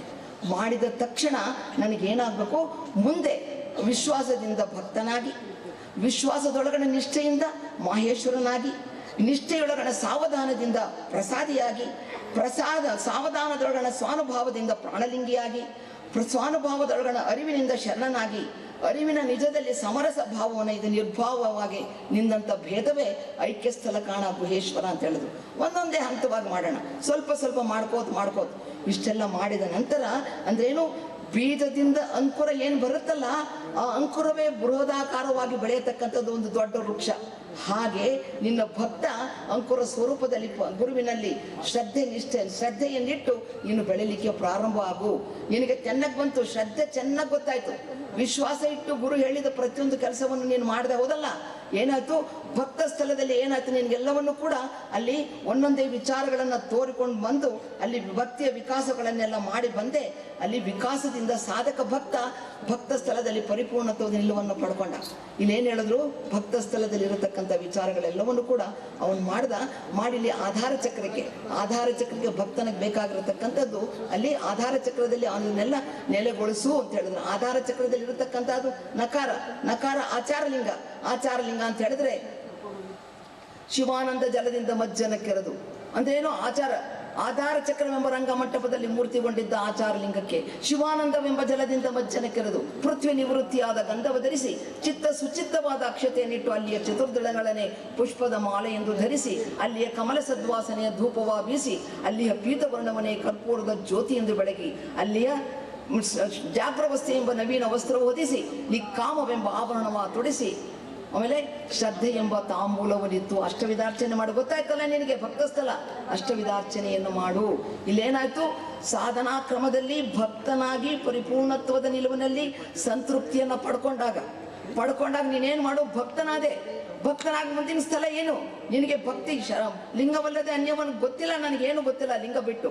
ಆಗೇನು ಮಾಡ್ದೆ ನೀನು, ನಂತರ ಮುಂದಿನ ಸ್ಥಳಕ್ಕೆ ಭಕ್ತನೇ ಮಹೇಶನಾಗಿ ಮುಂದಿನ ಸ್ಥಳಕ್ಕೆ ಹೋಗ್ತಾನೆ. ಇಲ್ಲಿ ಭಕ್ತಿನೇ ಅಲ್ಲಿ ಶ್ರದ್ಧೆ ಏನಿತ್ತಲ್ಲ, ಶ್ರದ್ಧೆಯೇ ನಿಷ್ಠೆಯಾಗಿ ಕಟ್ಟಿಕೊಳ್ಳುತ್ತೆ. ಇಲ್ಲಿ ಕ್ರಿಯಾಶಕ್ತಿಯೇ ಅಲ್ಲಿ ಜ್ಞಾನಶಕ್ತಿ ಆಗತ್ತೆ. ಭಕ್ತನೇ ಬೇರೆ ಬೇರೆ, ಈಗ ಒಂದು ಹೆಣ್ಣು ಮಗಳನ್ನೇ ಅತ್ತೆ, ನಾದ್ನಿ, ಮಗಳು, ಸೊಸೆ ಏನೆಲ್ಲ ಆಗ್ತಾರಲ್ಲ, ಹಾಗೆ ಇಲ್ಲಿ ಭಕ್ತನೇ ಬೇರೆ ಹಂತದಲ್ಲಿ ಸಂತೃಪ್ತಿಯನ್ನು ಪಡೆದ ನಂತರ ಮುಂದಿನ ಹಂತಕ್ಕೆ ಹೋಗ್ತಾನೆ, ಅಲ್ಲಿ ಮಹೇಶ ಅನಿಸ್ಕೊಳ್ತಾನೆ. ಮಹೇಶನಲ್ಲಿ ನಿಷ್ಠೆ. ಇನ್ನೊಂದು ವಿಚಾರ ಹೇಳ್ಬೇಕಂತ ಹೇಳಿದ್ರೆ, ಭಕ್ತನಾಗಿ ನಾನೇನು ಹೇಳಿದೆ, 6 ಶತಸ್ಥಲ ಅಂದ್ರೆ 6 ಮೆಟ್ಟಿಲು, 101 ಹೆಜ್ಜೆಗಳಿರ್ಬೇಕಲ್ಲ. ಭಕ್ತ ಸ್ಥಳದಲ್ಲಿ ಪಿಂಡಸ್ಥಳ, ಪಿಂಡ ಜ್ಞಾನಸ್ಥಳ, ಸಂಸಾರ ಹೇಯ, ಗುರು ಕಾರುಣ್ಯ, ಲಿಂಗ ಧಾರಣ, ವಿಭೂತಿ, ರುದ್ರಾಕ್ಷಿ ಮಂತ್ರ, ಭಕ್ತ ಸ್ಥಳ, ಉಭಯ, ತ್ರಿವಿಧ ಸಂಪತ್ತು, ಚತುರ್ವಿಧ ಸಾರಾಯ, ಸಹಜ ಮಾಟ, ಉಪಾಧಿ ಮಾಟ, ಸಹಜ 15 ಸ್ಥಳಗಳನ್ನ ಇದೆಲ್ಲ ಹೇಳ್ಬೇಕಂದ್ರೆ ಒಂದು ದಿವಸಕ್ಕೆಲ್ಲ ಹೇಳಕ್ ಬರಂಗಿಲ್ಲ, ಅರ್ಧ ಗಂಟೆಗೆ ಪೂರ್ತಿ ಸುಮ್ಮನೆ ಮುಟ್ಟಿ ಬರೋದು ಅಷ್ಟೇ ಹೇಳ್ತಕ್ಕಂಥದ್ದು. ಈ 15 ಅಂಗಸ್ಥಳಗಳು ಲಿಂಗಸ್ಥಳಗಳಾಗಿ ದೀಕ್ಷಾಗರು, ಶಿಕ್ಷಾಗರು, ಜ್ಞಾನಗುರು, ಕ್ರಿಯಾಲಿಂಗ, ಭಾವಲಿಂಗ, ಜ್ಞಾನಲಿಂಗ, ಸ್ವಯಜಂಗಮ, ಚರಜಂಗಮ, ಪರಜಂಗಮ, ಈ 15 ಅಂಗಸ್ಥಳಗಳು, 9 ಲಿಂಗಸ್ಥಳಗಳು, 24 ಸ್ಥಳಗಳಲ್ಲಿ ಪರಿಪೂರ್ಣವಾಗಿ ನೀನು ವಿಶ್ವಾಸದಿಂದ ಎಲ್ಲವನ್ನು ಶ್ರದ್ಧೆಯಿಂದ ನೀನು ಮಾಡಿದ್ದೆ ಆಯ್ತು ಅಂದ್ರೆ ಅಲ್ಲಿ ಸಂತೃಪ್ತಿಯನ್ನು ಪಡ್ಕೊಂಡಾಗ ಭಕ್ತ ಸ್ಥಳ ಪರಿಪೂರ್ಣತ ನಿಲುವನ್ನು ಪಡ್ಕೋತು. ಆಗ ನೀನು ಮಹೇಶನ ಬರ್ತೀಯ. ಮಹೇಶ ಸ್ಥಳದಲ್ಲಿ ಇರತಕ್ಕಂಥದ್ದು ನಿಷ್ಠೆ ಇರಬೇಕಾದ್ರೆ ಪರಿಪೂರ್ಣವಾಗಿ ನೋಡಿ. ತುಂಬ ಹೇಳ್ತೀನಿ ನೋಡಿ, ಮನಸ್ಸಿಗೆ ಎಷ್ಟು ಅನ್ಸುತ್ತೆ ಅಂದರೆ ನೀವೆಲ್ಲ ತುಂಬ ವಚನಗಳನ್ನು ಪ್ರೀತಿ ಮಾಡ್ಬೇಕ್ರಿ. ಬೇರೆ ಹೊರಗಿನ ವಸ್ತು ಅಲ್ಲ. ವಚನಗಳನ್ನು ಪ್ರೀತಿ ಮಾಡ್ರಿ, ಯಾವುದು ಬೇಡ. ಬಸವಣ್ಣನವರ ವಚನ, ಭಕ್ತ ಸ್ಥಳ, ಮಹೇಶ ಸ್ಥಳ, ಇವೆರಡನ್ನ ಮನಸ್ಸಿಟ್ಟು ನಿಮ್ಮ ಪ್ರಾಣ ಅನ್ಕೊಂಡು ನೀವು ಹೋದ್ರಿ, ನೀವೆಷ್ಟು ಶುದ್ಧ ಆಗ್ತೀರ ನೋಡ್ರಿ. ಅಲ್ಲೇ ನನ್ನಲ್ಲಿ ಎಲ್ಲವನ್ನು ನಿರಸನ ಮಾಡಿಬಿಡ್ತಾರೆ. ಮಹೇಶ್ವರ ಸ್ಥಳಕ್ಕೆ ನೀವು ಬಂದಾಗ ಎಲ್ಲ ಇಲ್ಲಿ ನನಗೆ ಲಿಂಗ ನಿಶ್ಚಯ ಆಯ್ತಲ್ಲ, ಮಹೇಶ್ವರ ಸ್ಥಳದಲ್ಲಿ ನನಗೆ ಚೆನ್ನಾಗಿ ಗಟ್ಟಿ ಆಯ್ತು, ಇದೇ ಬೇಕಂತೇಳಿ ನಿಶ್ಚಯ ಬಂತು. ನಿಷ್ಠೆ ಬಂದಿದ ತಕ್ಷಣ ಏನಾಯ್ತು, ಪೂರ್ವಾಶ ಇದೀನಿ, ನಾನು ಇಲ್ಲೇ ಇರ್ತೀನಿ, ನಾವೇನು ಸಂಸಾರದಲ್ಲಿ ಇದ್ದೀವಿ, ನಾವು ಗೃಹಸ್ಥರೇ. ಆದರೆ ಸಂಬಂಧ ಎಷ್ಟು ಬೇಕೋ ಅಷ್ಟು ಮಾಡ್ಬೇಕ್ರಿ. ಅಡಿಗೆ ಕೆಲಸನೂ ಮಾಡಬೇಕು, ಜಾಡು ಮಾಡಬೇಕು, ಪ್ರತಿಯೊಂದು ಕೆಲಸನೂ ಮಾಡ್ತೀವಿ. ಆದರೆ ನಮ್ಮ ಬುದ್ಧಿ, ನಮ್ಮ ಜಾಸ್ತಿ ಸಮಯ ಇದರಲ್ಲಿ ಹೋಗ್ತೈತಿ. ಹೌದಾ? ಅಲ್ಲಿ ಇದ್ಕೊಂಡೆ ಇಲ್ಲಿ ಮಾಡುವಂಥದ್ದು ಗೃಹಸ್ಥ ಧರ್ಮ. ಇದು ನಮಗೆ ಬಸವಣ್ಣವ್ರು ಕೊಟ್ಟಿರತಕ್ಕಂಥದ್ದು ಗೃಹಸ್ಥ ಧರ್ಮ. ನಾವೆಲ್ಲರೂ ಗೃಹಸ್ಥರಿರೋದ್ರಿಂದ ನಾವು ಅದನ್ನು ಕಾಪಾಡಬೇಕು. ಭಾಳ ಜ್ಞಾಪಕ ಇಟ್ಕೊಡ್ರಿ, ಇದು ಭಾಳ ಮುಖ್ಯವಾಗಿರತಕ್ಕಂಥದ್ದು. ಅಲ್ಲದೆ ನಾವು ನೋಡ್ತೀವಿ ಎಲ್ಲ ಗೃಹಸ್ಥರೇ ಈ ವಚನ ಸಂಘ ಘಟ್ಟಗಳನ್ನು ಕಾಪಾಡಿದ್ದು. ಹೌದಲ್ಲ? ನಾಗಲಾಂಬಿಕೆ ತಾಯಿಯವ್ರ ಬಗ್ಗೆ ಎಷ್ಟೊಂದು ಜನ ಶರಣರೆಲ್ಲ ಮಾಡಿರೋದನ್ನ ನಾವೆಲ್ಲ ನೋಡಿದ್ದೀವಿ. ಇದೆಲ್ಲ ಮಾಡಿ ಈಗ ಮಹೇಶ ಸ್ಥಳಕ್ಕೆ ಬಂದಾಗ ಅಲ್ಲಿ ಪೂರ್ವಾಶ ನಿರಸನ ಏನೇನು ಇರ್ತಲ್ಲ ಸಂಬಂಧ ಇರ್ತಾರೆ, ಇದ್ದು ಇಲ್ದಂಗೆ ಇರ್ಲಿದ್ದಾರೆ. ಆಮೇಲೆ ವಾಗದ್ವೈತ ನಿರಸನ, ಆಹ್ವಾನ ನಿರಸನ, ಅಷ್ಟತನುಮೂರ್ತಿ ನಿರಸನ, ಸರ್ವಗತ ನಿರಸನ, ಶಿವ ಜಗನ್ಮಯ ನಿರಸನ, ಅಲ್ಲಿ ಭಕ್ತ ದೇಹಿಕ, ಎಲ್ಲಿ ಪರಮಾತ್ಮ ಅಣುರೇಣು ತೃಣಕಾಷ್ಟಗಳಲ್ಲಿ ಓತಪ್ರೋತವಾಗಿದ್ದಾನೆ ಅಂತ ಹೇಳಿದ್ರೆ ಎಲ್ಲಿ ಪ್ರಕಟ ಆಗ್ತಾನೆ? ಪರಿಶುದ್ಧವಾಗಿರತಕ್ಕಂಥ ಭಕ್ತನ ಹೃದಯದಲ್ಲಿ ಪ್ರಕಟ ಆಗ್ತಾನೆ ಅಂತ ಹೇಳ್ತಾರೆ. ಅದು ಹೆಂಗೆ ಗೊತ್ತಾಗುತ್ತೆ? ಆ ಸಾಧಕನಿಗೆ ನನ್ನಲ್ಲಿ ಉಸಿರಾಟ ಆಡ್ತಾ ಇದೆಯಲ್ಲ, ಭ್ರೂಣದಲ್ಲಿ ಪ್ರಾರಂಭ ಆಗಿರತಕ್ಕಂಥ ಉಸಿರಾಟ ನನ್ನ ಜೀವನದ ಅಂತ್ಯದವರೆಗೂ ನಡೆಯುತ್ತಲ್ಲ, ಸದಾ ಕಾಲ ಮಲಗಿರ್ಲಿ, ಏಳ್ಲಿ, ಕೂತ್ಕೊಳ್ಳಿ, ಏನು ಮಾಡಿದ್ರು ಉಸಿರಾಟ ನಡೆಯುತ್ತಲ್ಲ, ಅದು ಆ ಪರಮಾತ್ಮನ ಮೂಲ ಚೈತನ್ಯ ಐತಿ ಅಂತ ಏನು ತಿಳ್ಕೊತಾನಲ್ಲ, ಹೇಳಿದ್ರಪ್ಪ ಅವರು, ಚಿದಂಶಿಕವಾಗಿ ಪರಮಾತ್ಮನ ಅಂಶ, ಪರಮಾತ್ಮನ ಒಂದು ಚೈತನ್ಯ ನನ್ನಲ್ಲಿ ಚಿದಂಶಿಕವಾಗಿ ನನ್ನಲ್ಲಿ ಏನಿದೆಯಲ್ಲ ಅದು ಆ ಪರಮಾತ್ಮನ ಸ್ವರೂಪವೇ ಇದೆ ತಿಳ್ಕೊಂಡು ನಾನು ಶ್ರದ್ಧೆಯಿಂದ ಮಾಡಿದ್ನಲ್ಲ. ಇಲ್ಲಿ 9 ಸ್ಥಳ ಅಂಗಸ್ಥಳ ಆಯಿತು, ಲಿಂಗಸ್ಥಳ. ಅಲ್ಲಿ ಬಂದಿದ್ದು ಕ್ರಿಯಾಗಮ, ಭಾವಾಗಮ, ಜ್ಞಾನಗಮ, ಸಕಾಯ, ಕಾಯ, ಪರಕಾಯ, ಧರ್ಮಾಚಾರ, ಭಾವಾಚಾರ, ಜ್ಞಾನಾಚಾರ. ಈ ಅಂಗಸ್ಥಳಗಳು 9, ಲಿಂಗಸ್ಥಳಗಳು 9. 9 18 ಆಯಿತು. 18 ಸ್ಥಳಗಳನ್ನು ಮಾಹೇಶ್ವರ ಸ್ಥಳದಲ್ಲಿ ನಾನು ಪರಿಪೂರ್ಣತ್ವದ ನಿಲುವಿನಲ್ಲಿ ಮಾಹೇಶನಾಗಿರತಕ್ಕಂಥದ್ದು ಸ್ವಾಧಿಷ್ಠಾನ ಚಕ್ರವೆಂಬ ರಂಗಮಂಟಪದಲ್ಲಿ ಮೂರ್ತಿಗೊಂಡಿದ್ದ ಗುರುಲಿಂಗಕ್ಕೆ ಪರಮಾನಂದವೆಂಬ ಜಲದಿಂದ ಮಜ್ಜನ ಕೆರೆದು ಅಪ್ಪು ನಿವೃತ್ತಿಯಾದ ಗಂಧವ ಧರಿಸಿ ಬುದ್ಧಿ ಸುಬುದ್ಧಿಯಾದ ಅಕ್ಷತೆಯನ್ನಿಟ್ಟು ಅಲ್ಲಿಯ ಷಡ್ದಳಂಗಳನೆ ಪುಷ್ಪದ ಮಾಲೆ ಎಂದು ಧರಿಸಿ ಅಲ್ಲಿಯ ಕಮಲ ಸದ್ವಾಸನೆಯ ಧೂಪವ ಬೀಸಿ ಅಲ್ಲಿಯ ಶ್ವೇತವರ್ಣವನೇ ಕರ್ಪೂರದ ಜ್ಯೋತಿ ಎಂದು ಬೆಳಗಿ ಅಲ್ಲಿಯ ಸ್ವಪ್ನಾವಸ್ಥೆ ಎಂಬ ನವೀನ ವಸ್ತ್ರವು ಹೊದಿಸಿ ನಿಕ್ರೋಧವೆಂಬ ಆಭರಣವ ತೊಡಿಸಿ ಸುರುಚಿ ಎಂಬ ನೈವೇದ್ಯವನ್ನರ್ಪಿಸಿ. ಅದು ಹೇಳಿದ್ರು, ಎಲ್ಲ ಸೇರಿಸ್ಕೊಂಡೇ ಹೇಳ್ಬೇಕ್ರಿ. ಅಲ್ಲಿ ಏನೇನು ಭಕ್ತ ಸ್ಥಳಕ್ಕೆ ಬಂದ್ರೆ ಪೃಥ್ವಿ ತೇಜದಲ್ಲಿ ಇರೋದು ಶಬ್ದ ಸ್ಪರ್ಶ ರೂಪರಸ ಗಂಧ ಐತೆ. ಅಪ್ಪು ತತ್ವಕ್ಕೆ ಹೋದ್ರೆ ರಸ ಅಷ್ಟೇ, ಶಬ್ದ ಇಲ್ಲ, ಅಲ್ಲಿ ಸ್ಪರ್ಶ ಇದಿಲ್ಲ, ಗಂಧ ಇಲ್ಲ. ಗಂಧ ಅಲ್ಲಿ ಕೆಮಿಸ್ಟ್ರಿ ಗೊತ್ತಾಗತ್ತೆ. ಇಲ್ಲಿ ರಸ ಅಂದ್ರೆ ಅಪ್ಪು ತತ್ವಕ್ಕೆ ಬರತಕ್ಕಂಥದ್ದು, ಅಪ್ಪುವಿನ ಜೊತೆ ಓತಪ್ರೋತವಾಗಿರತಕ್ಕಂಥ ಭಾವವನ್ನು ನಾನು ಬೆಳೆಸ್ಕೊಳ್ಬೇಕಂತ ಇಲ್ಲಿ ಸಾಧನೆಯನ್ನು ಮಾಡಿ 9 ಅಂಗಸ್ಥಳಗಳು, 9 ಲಿಂಗಸ್ಥಳಗಳು, 18 ಸ್ಥಳಗಳನ್ನು ನಾನು ಪರಿಪೂರ್ಣತ್ವದ ನಿಲುವಿನಲ್ಲಿ ನಾನು ಸಾಧನೆಯನ್ನು ಮಾಡಿ ಇಲ್ಲಿ ಶ್ರದ್ಧೆ ನಿಷ್ಠೆ ಆಗುತ್ತೆ. ನಿಷ್ಠೆ ಅಂತ ಹೇಳಿದ್ರೆ ಈ ಬಿಟ್ಟರೆ ನಾನು ಆ ಕಡೆ ತಿರುಗಿ ನೋಡಂಗೆ ಅಲ್ರಿ. ನಂದು ಇಷ್ಟು ಗಂಟೆಗೆ ಎದ್ದೆ, ಟೈಮ್ ಮ್ಯಾನೇಜ್ಮೆಂಟ್ ಹೇಳಿದ್ರಪ್ಪ ಅವರು, ಅಲ್ಲಿ ಸೇರ್ಲಿಲ್ಲ ಅಂತ. ಟೈಮ್ ಮ್ಯಾನೇಜ್ಮೆಂಟ್ ನಿಮ್ಮ ಫಸ್ಟು ನಿಮ್ಮ ದಿನನಿತ್ಯದ ಕೆಲಸಗಳಲ್ಲಿ ಈ ಟೈಮ್ ಮ್ಯಾನೇಜ್ಮೆಂಟ್ ಒಂದು ಫಿಕ್ಸ್ ಮಾಡ್ಕೊಡ್ರಿ, ಮಿಕ್ಕಿದೆಲ್ಲ ತಾನೇ ಚಾಲು ಆಗ್ತೈತಿ. ಒಂದು ವ್ಯತ್ಯಾಸ ಆಯ್ತು ಅಂದ್ರೆ ಇವತ್ತು ನೋಡ್ರಿ, ದಿವಸ 5 ಗಂಟೆಗೆ ಎದ್ದೇಳ್ಬೇಕು ನಾವು. ಒಂದು 5-10 ನಿಮಿಷ ಲೇಟಾಗಿ ಎದ್ವಿ ಅಂದ್ರೆ ನಮ್ಮ ಕೆಲಸ ಎಲ್ಲ ಉಲ್ಟಾಪಲ್ಟ ಆಗ್ತೈತಿ. ನಮಗೆಲ್ಲ ಚೆನ್ನಾಗಿ ಗೊತ್ತು. ಹೌದಾ? ಅದಕ್ಕೆ ಟೈಮ್ ಮ್ಯಾನೇಜ್ಮೆಂಟ್ ಇಟ್ಕೊಡ್ರಿ. ಟೈಮ್ ಮ್ಯಾನೇಜ್ಮೆಂಟ್ ಇಟ್ಕೊಂಡ್ರಿ ಅಂದರೆ ಇವೆಲ್ಲ ಚಾಲು ಒಂದಕ್ಕೊಂದು ಸೇರ್ಕೋತಾವೆ. ನಿಮಗೆ ಒಂದಕ್ಕೊಂದು ಸೇರ್ಕೊಳ್ತವೆ. ಯಾವುದೇ ಕಾರಣಕ್ಕೂ ನೀವು ಬಿಡೋದಿಲ್ಲ. ಇಲ್ಲೇನಾಯ್ತು, ಭಕ್ತನೇ ಮಹೇಶನಾದ. ಅದೇ ಲಿಂಗ ಪೂಜೆಯಲ್ಲಿ ಅವ್ರಿಗೆ ನಿಷ್ಠೆ ಜಾಸ್ತಿ ಆಯಿತು. ನಿಷ್ಠೆ ಜಾಸ್ತಿ ಆದಮೇಲೆ ಏನು ಹೇಳ್ತಾರೆ, ಮುಂದಿನ ಹಂತ ಪ್ರಸಾದಿಸ್ತಲ್ಲ, ಅಲರ್ಟ್. ಏನು ಹೇಳ್ತಾರೆ, ಅಲರ್ಟ್, ಎಕ್ದಾಮ್, ಖಮೋಶ್. ಏನಿರಬೇಕು, ಸಾವಧಾನ್. ಬಹಳ ಎಚ್ಚರಿಕೆಯಿಂದ ಹೆಂಗೆ ಆ ಕಡೆ ಈ ಕಡೆ ನೋಡಂಗೆ ಇಲ್ಲ. ನಾನು ಹೋಗೋದು ಮಹದಾರಿ, ನೀನು ರಹದಾರಿ, ಏನೋ ಹೈವೇಲಿ ಹೋಗ್ತಿರ್ತೀನಿ, ನಾನು ನೋಡಂಗೆ ಇಲ್ಲ. ಕ್ರಾಸ್ ರೋಡ್ಸ್ ನೋಡಂಗೆ ಇಲ್ಲ. ನಾನು ಹೋಗ್ತಿರೋದು ಹೈವೇಲಿ ಕೂತಾಗ ನೋಡಿದಾಗ ನಾನು ನೋಡೋದು ಒಂದೇ ದೃಷ್ಟಿ. ಇಲ್ಲೇನಿದೆ, ಸಾವಧಾನಪೂರ್ವಕವಾಗಿ ನಾನು ಕೆಲಸವನ್ನು ಮಾಡಬೇಕು. ಅಲ್ಲಿರೋದು ಎಲ್ಲನೂ ಕೂಡ ಪರಮಾತ್ಮನಿಗೆ, ಅಪ್ಪ ನಾನು ನಿನ್ನ ಸೇವಕ ಅಷ್ಟೇ, ನಿನ್ನ ಸೇವಕ ಭೇದ ಮಾಡಂಗೆಲ್ಲ. ಹೆಣ್ಣು ಗಂಡು ನಾವು ಮಾಡ್ಕೊಂಡಿವಿ, ಪರಮಾತ್ಮನ ದೃಷ್ಟಿಯಲ್ಲಿ ಒಂದೇ. ಹೌದಾ? ನಾನು ನಿನ್ನ ಸೇವಕನಾಗಿದ್ದೇನೆ, ಎಲ್ಲವನ್ನೂ ಕೂಡ ನಿನಗೆ ನಾನು ಅರ್ಪಣೆ ಮಾಡ್ತೇನೆ. ಕಷ್ಟ ಕೊಡ್ತೀಯಾ, ಅರ್ಪಣೆ ಶಕ್ತಿ ಕೊಡು ಸಾಕು. ಅಲ್ಲೇನು ಕ್ರಿಯಾಶಕ್ತಿ ಆಯಿತು, ಇಲ್ಲಿ ಜ್ಞಾನಶಕ್ತಿ. ಇಲ್ಲಿ ಏನು ಮಾಡ್ಬೇಕು, ಇಲ್ಲಿ ಇಚ್ಛಾಶಕ್ತಿ, ಇಚ್ಛೆಯಿಂದ ಮಾಡೋದು. ನಾನಿವತ್ತು 3 ಗಂಟೆಗೆ ಎದ್ದು ಬ್ರಾಹ್ಮಿ ಮುಹೂರ್ತ ಅಂತಾರೆ. ಚನ್ನಬಸವಣ್ಣವರು ಮತ್ತು ಅಲ್ಲಮ ಪ್ರಭುದೇವರು 96 ನಿಮಿಷ ಲಿಂಗ ನಿರೀಕ್ಷಣೆ ಮಾಡ್ಬೇಕಂತಾರೆ. 4 ಗಳಿಗೆ ಮಾಡ್ಬೇಕಂತಾರೆ. 4 ಗಳಿಗೆ ಅಂದರೆ 24 × 4 ಎಷ್ಟು? 96 ನಿಮಿಷ ಲಿಂಗನಿ ಕೂತ್ಕೊಂತೀವ 10 ನಿಮಿಷ ಕೂತ್ಕೊಳ್ಳಂಗಿಲ್ಲ. ನಾವು ಲಿಂಗ ಪೂಜೆ ಮಾಡ್ತೀವಿ ಅಂದರೆ ತೋರಿಕೆಗೆ ಮಾಡ್ತೀವಿ ಅಷ್ಟೇ. ಮನಸ್ಫೂರ್ತಿ ಮಾಡಬೇಕಷ್ಟೇ. ಆದರೆ ಇದನ್ನ ನನ್ನದೇ ಅನ್ನತಕ್ಕಂಥ ಭಾವ, ಇದು ನನ್ನ ಪ್ರಾಣ, ನನ್ನ ಜೀವ, ಈ ದಿನದ ಕ್ರಿಯೆಗಳಿಗೆ ಇದು ನನಗೊಂದು ಚೇತನ ಅಂತ ತಿಳ್ಕೊಂಡು ನಾನು ಮಾಡಿದ್ರೆ ಆಗ ನಿಜವಾದ ಲಿಂಗ ಪೂಜೆ ಆಗುತ್ತೆ. ಪ್ರತಿಯೊಂದು ಕೆಲಸದಲ್ಲಿ ಕೂಡ ಆ ಲಿಂಗದ ನೆನಹನ್ನೇ ಕಾಣ್ಕೊಂಡು ನಾನು ಮಾಡಿದಾಗ ಅದು ಪರಿಪೂರ್ಣತ್ವದ ನಿಲುವನ್ನು ಪಡ್ಕೊಳ್ಳಿಕ್ಕೆ ಸಾಧ್ಯ ಆಗುತ್ತೆ ಅನ್ನೋದನ್ನು ಕೂಡ ಅಲ್ಲಿ ನಾವು ನೋಡ್ತೇವೆ. ಇಲ್ಲಿ ಭಕ್ತನಾಗಿ ಮಹೇಶನಾಗಿ ಭಕ್ತನಾದರೆ ಕಿಂಕಿಲನಾಗಿರಬೇಕು. ಅದು ಮಾಡ್ತೆ ಅದಕ್ಕೆ ಹೇಳ್ತಾ ಇದ್ದೀನಿ, ಭಕ್ತನಾದರೆ ಕಿಂಕಿಲನಾಗಿರಬೇಕು. ಅಲ್ಲೇನು ಹೇಳಿದ ಭೃತ್ಯಾಚಾರ ಎಲ್ಲವೂ ಕೂಡ ಪರಮಾತ್ಮ ಕೊಟ್ಟಿದ್ದ ಪ್ರಸಾದ ಅಂತ ತಿಳ್ಕೊಂಡು ಆಯ್ತಪ್ಪ ಏನು ಅಂದ್ರಲ್ಲ ಸಂತೋಷ. ಯಾಕೆಂದ್ರೆ ನಾನು ಈ ಹಾದಿಲಿ ನಡೀತಿರ್ಬೇಕಾದ್ರೆ ನನಗೆ ಭೇದ ರೂಪ ನನ್ನ ಮನಸ್ಸಿಗೆ ಬರಬಾರ್ದು. ಏನೋ ನನ್ನ ಅಂದ್ರಲ್ಲ ಅಂತ ಹೇಳಿದ್ರೆ ಅಂದಿದ್ದು ನನ್ನ ಮನಸ್ಸಲ್ಲಿ ಹಿಡ್ಕೋತು ಅಂದ್ರೆ ಅವ್ರು ಅಂದು ಹೋಗಿರ್ತಾರೆ, ಗಾಳಿಗೆ ಹೋಗಿರುತ್ತೆ ಮಾತು, ಆ ಮಾತುಗಳನ್ನ ಹಿಡಿತಂದು ನಾನು ಮನಸ್ಸಿಗೆ ಬೇಜಾರು ಮಾಡ್ಕೊಳ್ಳೋದು ಮಾಡಬಾರ್ದು. ಅದಕ್ಕಲ್ಲಿ ಹೇಳ್ತಾರೆ ಮಹೇಶ್ವರನಾದರೆ ಆದಿ ಅನಾದಿಯನ್ನು ಅರಿತಿರಬೇಕು. ಆದಿ ಅನಾದಿ ಅಂದ್ರೆ ಮೂಲ ತತ್ವಗಳನ್ನು ಬೇರೆ ಹೇಳ್ತಾರೆ ನೋಡ್ರಿ. ಆದಿ ಈ ತೋರಿ ಬಂದ ಜಗತ್ತು ನಾವು ಕಾಣ್ತೀವಲ್ಲ. ನಾನು ಹುಟ್ಟಿದಾಗ ನನ್ನ ಆದಿ, ಹೌದಾ? ನಾನು ಹುಟ್ಟಿದ ದಿವಸ ನನ್ನ ಬರ್ತಡೇ ಅಂತ ಮಾಡ್ತಾರ, ಹೌದಲ್ರಿ? ಯಾರು ಹುಟ್ಟಿದ್ರು ಕೂಡ ಅವತ್ತು ಅವ್ರ ಬರ್ತಡೇ, ಅದು ಆದಿ. ಅನಾದಿ ಯಾವ ಮೂಲದಿಂದ ಹೊರಹೊಮ್ಮುತ್ತಲ್ಲ ಚೈತನ್ಯ, ಅದಕ್ಕೆ ಅನಾದಿ. ಶರಣ ಅಂತ ಅಪ್ಪ ಅವ್ರು ಬೆಳಿಗ್ಗೆ ಅಂದ್ರು. ಶರಣ ಮೂಲ ಶರಣ ಏನು ಅಲ್ಲಿ ಬಂತಲ್ಲ ಅದರಿಂದನೇ ಎಲ್ಲವೂ ಈ ಸೃಷ್ಟಿ ಹೊರಹೊಮ್ಮಿರತಕ್ಕಂಥದ್ದು. ಅದು ಅನಾದಿ. ಅನಾದಿಯಿಂದ ಬಂದಿರತಕ್ಕಂಥ ಇದು ಕಾಣತಕ್ಕಂಥ ಈ ಪ್ರಪಂಚ, ಹೌದಾ? ಹೀಗೆ ಪ್ರತಿಯೊಂದರಲ್ಲೂ ಕೂಡ ಇಷ್ಟು ಏನಾಯ್ತಲ್ಲಿ 15 + 9 24. ಇಲ್ಲಿ 9 9 18 ಎಷ್ಟಾಯ್ತು ಒಟ್ಟು? ಅಲ್ಲಿ 24 + 18 ಎಷ್ಟಾಯ್ತಂದ್ರೆ 42 ಸ್ಥಳಗಳನ್ನು ಪರಿಪೂರ್ಣತ್ವದ ನಿಲುವು ಮಾಡಿದ್ರೆ ಮುಂದಿನ ಹಂತಕ್ಕೆ ಹೋಗ್ಲಿಕ್ಕೆ ಸಾಧ್ಯ ಆಗುತ್ತೆ. ಅದರಲ್ಲಿ ಭಕ್ತನಾಗಿರ್ಬೇಕು. ಇಲ್ಲಿ ಏನಾಯ್ತಂದ್ರೆ ಮಹೇಶ್ವರ ಸ್ಥಳದಲ್ಲಿ ನೀವು ಸರಿಯಾಗಿ ಅರ್ಥ ಮಾಡ್ಕೊಂಡ್ರೆ ಆ ಪ್ರಾಣ ಚೈತನ್ಯ ನನ್ನಲ್ಲಿ ಏನು ಹರಿತಿದೆಯಲ್ಲ ಅದು ಪರಮಾತ್ಮನ ಅಂಶಿವ ಚಿದಂಶಿಕ ಅಂತ ನಾನೇನು ತಿಳ್ಕೊತೀನಲ್ಲ, ಆಗ ಬಹಳ ಸಾವಧಾನದಿಂದ ಪ್ರತಿಯೊಂದು ಕೆಲಸವನ್ನು ಯಾವುದೇ ಕಾರಣಕ್ಕೂ ನಾನು ತಪ್ಪು ಮಾಡಬಾರ್ದು, ಮೋಸ ಮಾಡಬಾರ್ದು, ಅವರಿಗೆ ಭೇದ ಭಾವ ಮಾಡಬಾರ್ದು ಅನ್ನೋ ಜಾಗರಾಗಿರ್ತೀನಿ ನಾನು. ಅದಕ್ಕೆ ಎಚ್ಚರಿಕೆ ಅಂತ ಹೇಳ್ತಾರೆ. ಅಲ್ಲಿ ಏನನ್ನ ನಾನು ಮಾಡ್ತೇನೆ ಅದರಲ್ಲಿ ಪ್ರಸಾದದ ಪ್ರಸನ್ನತೆಯನ್ನು ಪಡ್ಕೊಳ್ಳೋದ್ರಲ್ಲಿ ಅವಧಾನ ಪೂರ್ವಕವಾಗಿ ಮಾಡಬೇಕು. ಹೇಳಿದ್ರಲ್ಲ ದಾನೆ ಮೇಲೆ ಖಾನೆ ವಾಲೋಂಕ ನಾಮ್, ಹೌದಲ್ವಾ? ಪ್ರತಿಯೊಂದು ಅನ್ನದಾಗಳು ಕೂಡ ಯಾರು ನೋಡಿ ನಿಮ್ಗೆ ಎಷ್ಟು ಬೇಕೋ ಅಷ್ಟು ಪ್ರಸಾದ ಮಾಡ್ರಿ, ಹೊರಗೆ ಚೆಲ್ಬೇಡ್ರಿ. ಇಲ್ಲಲ್ಲ, ಎಲ್ಲೂ ಮನೆಯಲ್ಲೂ ಕೂಡ. ಅದಕ್ಕೆ ಹೇಳ್ತಾ ಇದ್ರು ಎಲ್ಲ ಸಾಲಿಗೆ ಬನ್ನಿ ಅಂದ್ರೆ ಮೊದಲಿಂದ ನಮಗೆ ಜೀವನ ಪ್ರಾರಂಭದಿಂದ ನಾವು ಬಂದೇ ಇಲ್ಲ.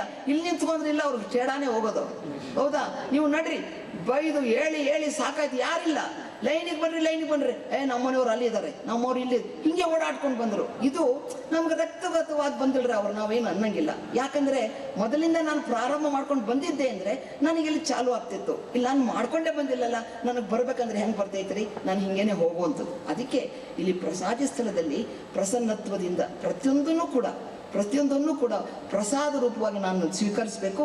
ಅಲ್ಲಿ ಮಹೇಶ್ವರನಾದಡೆ ಆದಿ ಅನಾದಿಯ ನಡೆದಿರಬೇಕು. ಪ್ರಸಾದಿಯಾದಡೆ ಒಡಲಗುಣ ರಹಿತನಾಗಿರಬೇಕು. ಒಡಲು ಅಂದ್ರೆ ಈ ಶರೀರ ಎದರಿಂದ ಆಗೈತ್ರಿ? ಪಂಚಮಹಾಭೂತದ ಪಂಚೀಕರಣದಿಂದ. ಪಂಚೀಕರಣ ಹೆಂಗಾಯ್ತು ಹೇಳಿದ್ನಲ್ಲ, ಓಂ ನಮಃ ಶಿವಾಯ. ಪೃಥ್ವಿ ಅಪ್ ತೇಜ ವಾಯು, ಪೃಥ್ವಿಯಿಂದ ಬಂದದ್ದು ಕರ್ಮೇಂದ್ರಿಯಗಳು, ಅಪ್ಪುವಿನಿಂದ ಬಂದದ್ದು ವಿಷಯೇಂದ್ರಿಯಗಳು, ಜ್ಞಾನೇಂದ್ರಿಯಗಳು, ವಾಯುವೇಂದ್ರಿಯಗಳು, ಅಂತಃಕರಣಗಳು. ಇದರ ಒಂದು ಪಂಚೀಕರಣದಿಂದ ಆಗಿರತಕ್ಕಂಥ ಈ ಶರೀರ, ಪಂಚಮಹಾಭೂತದಿಂದ ಆಗಿರತಕ್ಕಂಥ ಈ ಪೃಥ್ವಿ, ನನಗೂ ಅದಕ್ಕೂ ಭೇದ ಇಲ್ಲ. ಆಚೆ ಹೋಗ್ತೀವ್ರಿ, ಸಡನ್ ಆಗಿ ಮಳೆ ಬಂದ್ಬಿಡ್ತು, ನೆಂದ್ಬಿಡ್ತೀವಿ, ಛತ್ರಿ ಇರೋದಿಲ್ಲ ನಮ್ಮ ಕಡೆ. ಆ ನೆಂದು ಬಿಡ್ತೀವಲ್ಲ, ಮನೆಗೆ ಬಂದ ತಕ್ಷಣ ಯಾಕೋ ಆಚೆ ಹೋಗಿದ್ದಾರೆ ಗೊತ್ತಾಗ್ಲಿಲ್ಲ, ಛತ್ರಿ ಮಳೆ ನೆಂದೆ ಕೆಮ್ಮು ಆಯ್ತು ಅಂತೀವಿ. ಅಂದ್ರೆ ಪ್ರಕೃತಿಯಲ್ಲಿ ಆಗಿರತಕ್ಕಂಥ ಬದಲಾವಣೆ ನನ್ನಲ್ಲೂ ಆಗತ್ತೆ ಅಂದ್ರೆ ಅದರ ಅಂಶವೇ ನಾನಿರೋದ್ರಿಂದ ನನ್ನ ಬದಲಾವಣೆ ನನ್ನ ಜೀವನದಲ್ಲಿ ಕಾಣುತ್ತೆ. ಹಾಗೆ ಇಲ್ಲಿ ನನ್ನೊಳಗಡೆ ಆ ಅಂತರಾಮಿ ಶಿವ ಇದ್ದಾನೆ ಅಂತೇಳಿ ಗುರು ನನಗೇನು ಮಾರ್ಗದರ್ಶನ ಮಾಡ್ತಾರಲ್ಲ, ಅದರ ಎಚ್ಚರಿಕೆಯಲ್ಲಿ ನಾನು ಪ್ರತಿಯೊಂದು ಕೆಲಸವನ್ನು ಮಾಡಬೇಕು. ಆಗ ಮಾಡಿದಾಗ ಇದೆಲ್ಲಿದೆ? ಸಚರಾಚರ ವಸ್ತುಗಳಲ್ಲಿ ಓತಪ್ರೋತವಾಗಿ ಒಂದು ಚೂರು ಎಳ್ಳು ಮನೆಯಲ್ಲಿ ಮುಳ್ಳು ಮನೆಯಲ್ಲಿ ಬೊಳ್ ಬಿಡದೆ ಒಳಗ ಹೊರಗ ಇದ್ದಾನೆ ಹೇಳ್ತೀನಿ, ಚಿಂತೆಯಾಗಿ ಮಾಡ್ತೀನಿ, ಚಿಲ್ಮಯ್ಯ ಶಿವನಿದ್ದಾನಂತಾರಲ್ಲ, ಹಂಗ ಈ ಪರಮಾತ್ಮ ಎಲ್ಲದರಲ್ಲೂ ಇದ್ದಾನೆ. ಯಾವುದೇ ಕಾರಣಕ್ಕೂ ಕಸ ಗುಡಿಸ್ಬೇಕಾದ್ರೆ ಮೂಲೆ ಕಸ ಗುಡಿಸಲಿಕ್ಕೆ ನುಗ್ಗಬಾರ್ದ್ರಿ, ಅಲ್ಲಿನೂ ಜಾಡು ಮಾಡ್ಬೇಕು ಸರಿಯಾಗಿ. ಯಾಕಂತೀರಿ? ಯಾರು ನೋಡಂಗಿಲ್ಲಲ್ಲ, ಮಂಚದ ಕಡೆ ಯಾರು ನೋಡ್ತಾರೆ? ಇಲ್ಲ. ಅದೆಲ್ಲ ಆ ಎಚ್ಚರಿಕೆ ನಮ್ಗಿರ್ಬೇಕು. ಸುಮ್ಮನೆ ಹೇಳ್ದನ್ರ ಉದಾಹರಣೆಗೆ ಅಷ್ಟೇ. ಹೀಗೆ ಅಂದ್ರೆ ಮಾಡ್ಬೇಕಂತ ಹಿಂಗೆ ಪ್ರತಿಯೊಂದು ಸ್ಥಳದಲ್ಲಿಯೂ ಕೂಡ ಅಲ್ಲೇನು ಹೇಳ್ತಾರೆ, ಇಲ್ಲಿ ಮಹೇಶನಾಗಿ ಮಹೇಶನಿಗೆ ಕಂಡ ಭಕ್ತರಿಗೆ ಕೈ ಮುಗಿವಾತನೇ ಭಕ್ತ, ಸಕಲ ವಚನಗಳೇ ಮೃದು ವಚನಗಳು ತಪಂಗಳು ಎಲ್ಲ ಮಾಡ್ಕೊಂಡು ಬಂದ್ರಲ್ಲ. ಈಗ ಮಹೇಶ್ವರನಾಗಿ ಬಯಲ ರೂಪ ಮಾಡಬಲ್ಲಾತನೇ ಶರಣನು, ಆ ರೂಪ ಬಯಲ ಮಾಡಬಲ್ಲಾತನೇ ಲಿಂಗಾನುಭಾವಿ. ಬಯಲು ಬಯಲು ಬಯಲು ಅಂತಂದ್ರೆ ಅಂತ್ಯ ಆದಿ ಅಂತ್ಯ ಎರಡೂ ಇಲ್ರಿ. ಅದರಿಂದ ಹೊರಹೊಮ್ಮಿರತಕ್ಕಂಥ ಅದಕ್ಕೊಂದು ರೂಪ ಕೊಟ್ಟು ಈ ಸೃಷ್ಟಿಯನ್ನು ಮಾಡಬೇಕಾದ್ರೆ ಪರಮಾತ್ಮ ನಮ್ಮನ್ನು ಮಾಡದ್ನಲ್ಲ. ಎಲ್ಲಿಂದ? ಅಮೀಬಾಯಿಂದ, ಏಕಾಣುವಿನಿಂದ ಅನೇಕಾಣುವಾಗಿ ನಾವು ಬಂದಿವಿ. ಎಲ್ಲ ಏನು ಮಲ್ಟಿ ಸೆಲ್ಯುಲರ್ ಆರ್ಗ್ಯಾನಿಸಮ್ ನಾವು, ನಮ್ಮಲ್ಲಿ ಎಲ್ಲವೂ ಐತೆ. ಅಮೀಬೋನು ಐತೆ, ಯುಗ್ಲಿನ ಐತೆ, ಪ್ಯಾರಾಮೀಷಿಯಂ ಐತೆ, ಎಲ್ಲವೂ ಕೂಡ ನಮ್ಮಲ್ಲಿ. ಎಲ್ಲವನ್ನು ಹೆಂಗೆ ಸಿಸ್ಟಮ್ ಹೆಂಗೆ ಮಾಡಿದ್ದಾರೆ ಅಂದರೆ ಪರಮಾತ್ಮ ಎಲ್ಲ ಥರ ಸಿಸ್ಟಮ್ ಏನಿದೆ, ಡೈಜೆಸ್ಟಿವ್ ಸಿಸ್ಟಮ್ ಇದೆ, ರೆಸ್ಪಿರೇಟರಿ, ಸರ್ಕ್ಯುಲೇಟರಿ, ಮಸ್ಕ್ಯುಲಾರು, ಸ್ಕೆಲಿಟನ್ನು ಎಷ್ಟೊಂದು ಐತ್ರಿ. ಇವೆಲ್ಲವನ್ನಕ್ಕೂ ಇಂಪ್ಯಾಕ್ಟ್ ಆಗಿಟ್ಟಿದ್ದಾನೆ. ಎಕ್ದಮ್ ಎಲ್ಲ ಪ್ಯಾಕ್ ಮಾಡಿ ಇಟ್ಟಿದ್ದಾರೆ. ಒಂದಕ್ಕೊಂದು ಜಗಳ ಮಾಡ್ತಾವೇನೋ? ಇಲ್ಲ. ನನಗೆ ಬೇಕಾಯ್ತು ನೀನು ತಿನ್ನಲ್ಲ, ಅದೆಂಥದ್ದು ಏನಪ್ಪ ಅದು ಹೆಸರು ಬರಂಗಿಲ್ಲ ಒಳಗೆ ಹೊರಗಿನವು ಅವೆಲ್ಲ, ಅದೆಲ್ಲ ತಿಂದ್ರಂದ್ರೆ ನನಗೆ ಬೇಕಾಗಿಲ್ಲ. ಎಲ್ಲ ಮೈದಾಯಿಂದ ಮಾಡಿದ್ದು ನನ್ನ ಶರೀರಕ್ಕೆ ಆಗಲ್ರಿ. ಅದು ಆ ಶರೀರದಲ್ಲಿ ಅದನ್ನು ಮೈದಾಯಿಂದ ಮಾಡಿರೋ ತಿನ್ಕೊಂಡ್ರೆ ಪಾಪ ಹೊಟ್ಟೆಗೆ ಭಾಳ ಕಷ್ಟ ಆಗುತ್ತೆ, ಜೀರ್ಣಶಕ್ತಿ ಕಷ್ಟ ಆಗುತ್ತೆ. ಆದರೂ ಅದು ಮಾಡುತ್ತಲ್ಲ. ಆಗ ನಾನು ಸರಿಯಾಗಿ ನೋಡ್ಕೊಂಡು ನಮ್ಮ ಈ ಮಾನವ ಶರೀರ ಏನು ಹೇಳೋದು, ಸಸ್ಯಾಹಾರಿಗೆ ಉಪಯೋಗ ಆಗಿರತಕ್ಕಂಥದ್ದು, ಸಸ್ಯಾಹಾರಿಗೆ ಪ್ರಮುಖವಾಗಿರತಕ್ಕಂಥದ್ದು ಈ ದೇಹ. ನಾನು ಅದಕ್ಕೆ ಅದನ್ನು ನೆನೆಸ್ಕೊಳ್ಬೇಕಂತ ಹೇಳ್ತಾರೆ. ಈ ಮಾಡಿ ಅದನ್ನು ಮಾಡತಕ್ಕಂಥದ್ದು ನನಗೆ ಏನಿರಬೇಕು? ಮಹೇಶ್ವರನಾದಾಗ ಛಲಬೇಕು ಶರಣಂಗೆ ಪರಧನವನ್ನೊಲ್ಲೆನೆಂಬ, ಛಲಬೇಕು ಶರಣಂಗೆ ಪರಸತಿಯನ್ನೊಲ್ಲೆನೆಂಬ, ಛಲಬೇಕು ಶರಣಂಗೆ ಪರದೈವವನ್ನು ಹೇಳಿದ್ರು ಬೆಳಗ್ಗೆ. ಎಲ್ಲನೂ ಕೂಡ ಇದರಲ್ಲೆಲ್ಲವೂ ಕೂಡ ನನಗೆ ಎಲ್ಲ ನೋಡಿ ನನಗೇನು ಇದು ಬೆಳಗ್ಗೆನೂ ಹೇಳಿದ್ರು, ಎಲ್ಲ ಹೇಳಿದ್ದೆ. ಮತ್ತು ನಿಮಗೆ ಯಾಕೆ ಮತ್ತೆ ಮತ್ತೆ ಅದೇ ವಿಚಾರಗಳನ್ನು ತಗೊಂಡ ಅದೇ ಬೇರೆ ಬೇರೆ ಆಯಾಮದಲ್ಲಿ ನಿಮ್ಗೆ ಹೇಳ್ತಿದ್ರೆ ನಿಮ್ಗೆ ಗಟ್ಟಿ ಆಗ್ಬೇಕಂತ ಅಷ್ಟೇ.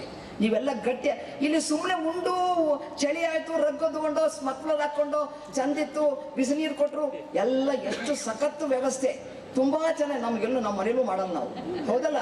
ಅಷ್ಟು ಚಂದನ ವ್ಯವಸ್ಥೆ ಮಾಡಿಕೊಂಡು ಅಚ್ಚುಕಟ್ಟಾಗಿ ಅವ್ರು ಬಂದಿದ್ದು ನಾನು ಹೋಗ್ತೀನಿ ಅಂತೇಳಿ ಏನು ಮಾಡಿದ್ವಿ ನಾವು? ಬಿಸಿ ಬಿಸಿ ನೀರು ಹಾಕೊಂಡು ಎಲ್ಲ ಸ್ನಾನ ಮಾಡಿದ್ವಿ, ಬೇಕಾದಂಗೆ ಮಾಡ್ಕೊಂಡ್ವಿ, ಬೇಕಾದಷ್ಟು ಪ್ರಸಾದವನ್ನು ಮಾಡಿದ್ವಿ, ಹೌದಲ್ಲ? ಇಲ್ಲಿ ತಿಂದು ಹೋಗುವಂಥದ್ದಲ್ರಿ. ತಿಂದಿದ್ದೊಂದು ಚಿರುತ್ತಲ್ಲ, ಅಪ್ಪ ಹೇಳ್ಕೊಟ್ಟಿದ್ದೆ ಒಂದೆರಡು ಮಾತು, ನಾನು ನಿನಗೋಸ್ಕರ ಮಾಡ್ತೀನಿ ಅಂತೇಳಿ ಒಂದಾದರೂ ಫಾಲೋ ಮಾಡ್ರಿ ಸಾಕು. ಒಂದು ನಿಮ್ಮ ಜೀವನದಲ್ಲಿ ತಂದ್ಬಿಡ್ರಿ, ಆ ಒಂದು ಚಾಲು ಮಾಡ್ರಿ, ತಾನೇ ಮಿಕ್ಕಿದ್ದೆಲ್ಲ ತಾನೇ ಚಾಲು ಆಗುತ್ತೆ. ಈ ವಚನಗಳೇನಿದಾವಲ್ಲ ನಮ್ಮನ್ನು ಸುಮ್ಮನೆ ಬಿಡಲ್ಲ. ಪ್ರೀತಿ ಮಾಡ್ರಿ. ಅವು ನಮಗೆ ಬಸವಣ್ಣವ್ರು ಕೊಟ್ಟಿರ್ತಕ್ಕಂಥ ಆಸ್ತಿ. ಬೇರೆ ಆಸ್ತಿಗೆ ನಾವು ಕೇಸ್ ಹಾಕೊಂಡು ಹೋಗ್ತೀವಿ, ಬೇಕಾಗಿಲ್ರಿ ಅವು. ಇದೊಂದು ತಗೋರಿ, ಸುಮ್ಮ ಕುಂದ್ರಿ, ಅರ್ಥ ಆಗ್ಲಿಲ್ಲ ಬಿಟ್ರಿ ಮುಚ್ಚಿಬಿಡ್ರಿ, ಇನ್ನೊಂದ್ಸರಿ ತೆಗಿರಿ. ಅವ್ರು ಹೇಳಿದ್ರು ಏನು ಹಿಂಗೆ ಹೇಳ್ತಾರಲ್ಲ, ನಂಗೆ ಗೊತ್ತಾಗ್ಲಿಲ್ಲ, ಇನ್ನೊಂದ್ಸರಿ ಕೂತ್ಕೊಳ್ರಿ, 5 ಸರಿ ಓದ್ರಿ, ಏನೋ ಒಂಚೂರು ಅರ್ಥ ಆಯ್ತು, ಇದೇನೋ ಆಯ್ತಲ್ಲ, ತಿರ್ಗಾ ಕೂತ್ಕೊಳ್ರಿ, ಇನ್ನೊಂದ್ಸರಿ ಓದ್ರಿ, 10 ಸರಿ ಓದ್ರಿ, 15 ಸರಿ ಓದ್ರಿ, ಏನೋ ಗೊತ್ತಾಯ್ತ್ರಿ ನಿಮ್ಗೆ. ಇಷ್ಟು ಗೊತ್ತಾಗತ್ತೆ. ಈ ವಚನ ಹಿಂಗೆ ಹೇಳುತ್ತೆ ಅಂದ್ರೆ ಆ ಶರಣರು ಏನ್ ಹೇಳ್ತಾರೆ ತೆಗಿತೀರಿ, ಆ ಶರಣರು ಏನ್ ಹೇಳ್ತಾರೆ, ಇವು ಶರಣ ಹೇಳ್ತಾರೆ, ಎಲ್ಲ ನೋಡಿ ಆ ಒಂದು ರೂಪ ಭಕ್ತ ಅಂದ್ರೆ ಏನು ಅಂತ ಒಂದು ಪರಿಪೂರ್ಣತ್ವದೇನು ನಿಮ್ಗೆ ಅಂತರ ಗೊತ್ತಾಗೋಗುತ್ತೆ. ವಚನ ಬಿಟ್ಟು ಬೇರೆ ಹೋಗೋದಲ್ಲ. ಅಡುಗೆ ಕೆಲಸ ಜಲ್ದಿ ಆಗ್ಬಿಡುತ್ತೆ. ಮಧ್ಯಾಹ್ನದವರೆಗೂ ಮಾಡ್ತಿದ್ದಲ್ಗೆ ಕೆಲಸ 10 ಗಂಟೆಗೆ ಮುಗ್ದೋಗ್ಬಿಡುತ್ತೆ. ಜಾಡು, ಬಟ್ಟೆ, ಬಾಂಡೆ ಎಲ್ಲ ಮುಗೀತ್ರಿ. ಬರೀ ಓದಕ್ಕೆ ಕುತ್ಕೊಂಡು ಏನ್ ಮಾಡ್ತೀರಿ? ನಾಳೆ ಇಲ್ಲಿ ಬಂದು ಪ್ರವಚನ ಮಾಡ್ತೀರಿ, ಹೌದಲ್ಲ? ತಯಾರಾಗ್ತೀರ. ಹಿಂಗೆ ಮಾಡಿ ಛಲ ಬೇಕು. ಪ್ರಸಾದಿ ಸ್ಥಳ ಅಂತ ಹೇಳಿದ್ರೆ ಎಲ್ಲವನ್ನು ಪ್ರಸಾದವಾಗಿ ಸ್ವೀಕಾರ ಮಾಡತಕ್ಕಂಥದ್ದು. ಪ್ರಸಾದ ಅಂತ ಹೇಳಿದ್ರೆ ಪರಮಾತ್ಮ ನನಗಾಗಿ ಕೊಟ್ಟಿರತಕ್ಕಂಥದ್ರಿ. ಅದು ಪ್ರಸಾದ ಅಂದ್ರೆ ಹೊಟ್ಟೆ ಹಾಕೋದಂತಲ್ಲ. ಕಷ್ಟ ಇರ್ಬೋದು, ಸುಖ ಇರ್ಬೋದು, ಒಂದು ಒಳ್ಳೆ ಜ್ಞಾನ ಇರ್ಬೋದು, ಶರಣರ ಸತ್ಸಂಗ ಇರ್ಬೋದು, ಒಂದು ಪಾಠದಿಂದ ಓದಿರತಕ್ಕಂಥ ಒಂದು ಒಳ್ಳೆ ಜ್ಞಾನ ಇರ್ಬೋದು, ಶರಣರ ಜೊತೆ ಒಡನಾಟ ಆದಾಗ ಆ ವಚನದ ವಿಸ್ತಾರ ಆಗುವಂಥದ್ದು ಏನೈತಲ್ಲ, ಇವೆಲ್ಲವೂ ಕೂಡ ಪ್ರಸಾದವಾಗಿ ಸ್ವೀಕಾರ ಮಾಡಬೇಕು. ಎಲ್ಲಿನೂ ಕೂಡ ಒಳ್ಳೇದಿರ್ಬೋದು, ಕೆಟ್ಟದ್ದಿರ್ಬೋದು. ಅಂದರೆ ನನಗೆ ತಡ್ಕೊಳಕ್ಕಾಗಲಿಲ್ಲ ಅಂದರೆ, ಅಪ್ಪ ನೀನು ನಂಬಿದ್ದೀನಪ್ಪ, ನನಗೆ ನೀನು ಶಕ್ತಿಯನ್ನು ಕೊಡು ಸಾಕು, ನಾನು ಇದನ್ನು ತಡ್ಕೊಳ್ಳಿಕ್ಕೆ, ಇದನ್ನು ನಾನು ಮುಂದೆ ಹೋಗ್ಲಿಕ್ಕೆ ನೀನು ನನಗೆ ಇದನ್ನು ಮಾಡಂತ ಹೇಳೋದು. ಬಯಸಿ ಬಂದುದು ಅಂಗಭೋಗ, ಬಯಸದೆ ಬಂದುದು ಲಿಂಗಭೋಗ, ಅಂಗಭೋಗ ಅನರ್ಪಿತ ಲಿಂಗಭೋಗ ಪ್ರಸಾದ. ಬೇಕೆಂಬುದು ಕಾಯಗುಣ, ಬೇಡೆಂಬುದು ವೈರಾಗ್ಯ, ಬೇಕೆಂಬುದು ಅಲ್ಲ ಬೇಡೆಂಬುದು ಅಲ್ಲ, ಉಭಯವನ್ನು ಅತಿಗಳೆದು ಭೋಗಿಸಬಲ್ಲಡೆ ಕೂಡಲ ಚೆನ್ನ ಸಂಘ ನಿಮ್ಮ ಶರಣನೆಂಬೆ. ತುಂಬ ದೊಡ್ಡ ಸಬ್ಜೆಕ್ಟ್ ರೀ ಇದು. ಇದು PG ಕ್ಲಾಸ್ ನಿಮಗೆ ಮಾಡ್ತಾ ಇದ್ದೀವಿ. PG ಕ್ಲಾಸ್ ಅಪ್ಪವ್ರನ್ನ ಕೇಳಿ, PG ಸಬ್ಜೆಕ್ಟ್ ಇದು. ಸುಮ್ಮನೆ ಒಂದು ಅರ್ಧ ಗಂಟೆಗೆ ಹೇಳುವಂಥ ವಿಚಾರಗಳಲ್ಲ, ಒಂದೊಂದೇ ಹಂತವಾಗಿ ತಗೊಂಡು ಇಟ್ಟಿಟ್ಟೆ. ಔಷಧಿ ಎಷ್ಟು ಕುಡಿತೀವ್ರಿ? ಔನ್ಸ್ ಅಷ್ಟೇ. ಎಷ್ಟು ಅದು ಮಾರ್ಕ್ ಅಷ್ಟೇ ಕುಡಿಯೋದು, ಜಾಸ್ತಿ ಕುಡಿಯೋಲ್ಲ. ಜಾಸ್ತಿ ಕುಡಿದ್ರೆ ಬೇಹೋಶ ಆಗೋಗ್ತೀವಿ ನಾವು, ಹೌದಲ್ಲ? ಹಾಗೆ ಇವನ್ನೆಲ್ಲ ಹೇಳುವಂಥದ್ದು. ಇದಿಷ್ಟು ಆಯ್ತಲ್ಲ, ದೇಹ ಅಂಬಾರತ ಎಲ್ಲವನ್ನು ಕೂಡ ಈ ಪ್ರಸಾದಿ ಸ್ಥಳದಲ್ಲಿ ಪರಮಾತ್ಮನಿಗೆ ಸರ್ವವನ್ನು ಸಮರ್ಪಣ ಮಾಡಿ, ಇದು ನಿನ್ನ ಪ್ರಸಾದ ಅಂತ ಸ್ವೀಕಾರ ಮಾಡತಕ್ಕಂಥದ್ದು. ಏನಾದರೂ ಆಗಿರ್ಬೋದು, ಒಳ್ಳೆಯದು ಕೆಟ್ಟದ್ದು ಎಲ್ಲವನ್ನು ಕೂಡ ಪ್ರಸಾದವಾಗಿ ಸ್ವೀಕಾರ ಮಾಡೋದು. ಈ ದೇಹದಲ್ಲಿ ಆ ಮಹಾಲಿಂಗ ಅನ್ನತಕ್ಕಂಥ ಅರಸಿ ಏನಿದಾನಲ್ಲ, ಅವನು ಕುಂತು ಹೆಂಗೆ ಕೂತಾನೆ? ಮನಸ್ಸನ್ನತಕ್ಕಂಥ ಪೀಠ ಮೇಲೆ ಕುಂತಾನೆ. ಕುಂತು ಈ ಜ್ಞಾನೇಂದ್ರಿಯಗಳೇನಿದಾವಲ್ಲ, ಅಂತಃಕರಣಗಳಿದಾವಲ್ಲ, ಅವೆಲ್ಲ ಒಂದು ಅಟ್ಟಣಿಗೆ ಆಗದಾವು. ಅದೇನು ಅದಿದೆ ಇಲ್ಲಿ, ಇದೇನ ಈಗ ಶಬ್ದ ಸ್ಪರ್ಶ ರೂಪರಸಗಂಧ ಬಂದು ಒತ್ತಟ್ತಾವೋ ಹೋಗ್ತಾವ. ಹೆಂಗೆ ನೀವು ಸಮುದ್ರದಲ್ಲಿ ಬರತಕ್ಕಂಥ ಅಲೆಗಳು ಬರುತ್ತೆ, ದಡ ಮುಟ್ಟತ್ತೆ, ಹೊಳ್ಳೋಗುತ್ತೆ. ಹಾಗೆ ನಾವು ಕೂಡ ಒಂದು ದೃಢವಾದ ನಿಶ್ಚಯವನ್ನ ಮಾಡಬೇಕು. ದೃಢತೆಯನ್ನ ನನ್ನ ಮನಸ್ಸನ್ನು ನಾನು ಕಲ್ಪನೆ ಮಾಡ್ಕೊಂಡೆ ಅಂತ ಹೇಳಿದ್ರೆ ನಾನು ಮೇಲೆ ಇರಲಿಕ್ಕೆ ಸಾಧ್ಯ ಆಗತ್ತೆ. ಹೀಗೆ ದೇಹವೆಂಬ ಅರಸೆಲ್ಲ ಬರ್ತಾನೆ. ಹಿಂಗೆ ಪ್ರತಿಯೊಂದನ್ನು ಕೂಡ ಮಾಡಿದ್ದಾಯ್ತು. ಇದು ಪ್ರಸಾದ್ ತುಂಬಾ ಅಂದ್ರೆ ನಿಮ್ಗೆ 10 ಲೈನಲ್ಲಿ ಇದಿಷ್ಟು ಹೇಳ್ತಿರೋದಕ್ಕಂಥದ್ದು. ಬಹಳ ತುಂಬ ದೊಡ್ಡ ಸಬ್ಜೆಕ್ಟ್ ಇದು, ದೊಡ್ಡ ಸಬ್ಜೆಕ್ಟ್ ಇದು. ಅದಕ್ಕೆ ಹೇಳ್ತಾರೆ. ಇನ್ನಿಷ್ಟು ನಾನೇನು ಹೇಳಿದೆ ನಿಮಗೆ, ಆ ತ್ಯಾಗ, ಯೋಗಾಂಗ, ಭೋಗಾಂಗ, ತ್ಯಾಗಾಂಗ ಅಂತ ಹೇಳಿದೆ, ಹೌದಾ? ನಾನೇನೇನು ಮಾಡಿದೆ ಈಗ? ಭಕ್ತ ಮಹೇಶ, ಹೌದಾ? ಭಕ್ತ ಮಹೇಶ ತ್ಯಾಗಾಂಗ, ಪ್ರಸಾದಿ ಪ್ರಾಣಲಿಂಗಿ ಭೋಗಾಂಗ, ಶರಣಾಯ್ಕ್ಯ ನಾನು ಮಾಡಿದ್ದೇನೀಗ ಭಕ್ತ ಮಹೇಶ ಪ್ರಸಾದಿ. ಅದು ಹೆಂಗಾಯ್ತ್ರಿ? ಏನಾಯ್ತಿದು? ಭಕ್ತ ಮಹೇಶ ಸಾಕಾರ, ಶರಣಾಯ್ಕ್ಯ ನಿರಾಕಾರ, ಪ್ರಸಾದಿ ಪ್ರಾಣಲಿಂಗ ಸಾಕಾರವೂ ಹೌದು, ನಿರಾಕಾರವೂ ಹೌದು.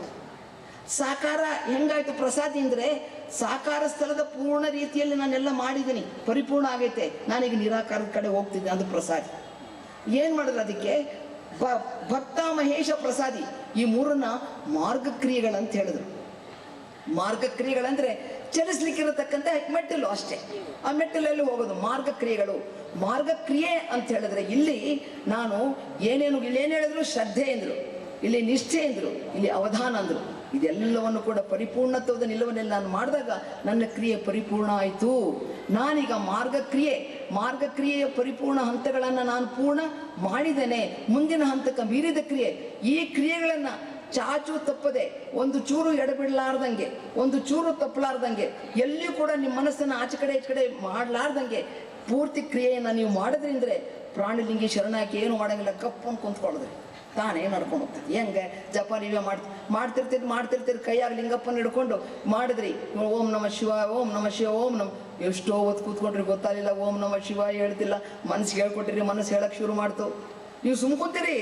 ಇಲ್ಲ, ಮನಸ್ಸು ಹೇಳ್ತಾ ಇದೆ. ಮನಸ್ಸಿನ ಜೊತೆಗೆ ಅದಕ್ಕೆ ಹೇಳಿದ್ದು ಅನುಸಂಧಾನ ಮಾಡೋದಂತ ಹೇಳಿದ್ರೆ, ಉಸಿರಿನೊಂದಿಗೆ ಗುರು ಹೇಳಿಕೊಟ್ಟಿರತಕ್ಕಂಥ ಮಂತ್ರವನ್ನ ನೀನು ಜೋಡಿಸು. ಅಲ್ಲೇನಾಗುತ್ತೆ? ಉಸಿರಿನ ಜೊತೆಗೆ ಜೋಡಿಸ್ಬಿಟ್ರೆ ಉಸಿರನ್ನ ಲೆಕ್ಕ ಮಾಡ್ತೀವ? ಇಲ್ಲ, 21,600 ಸರಿ ಮಾಡ್ತೀವಂತ ಒಂದು ದಿವಸಕ್ಕೆ.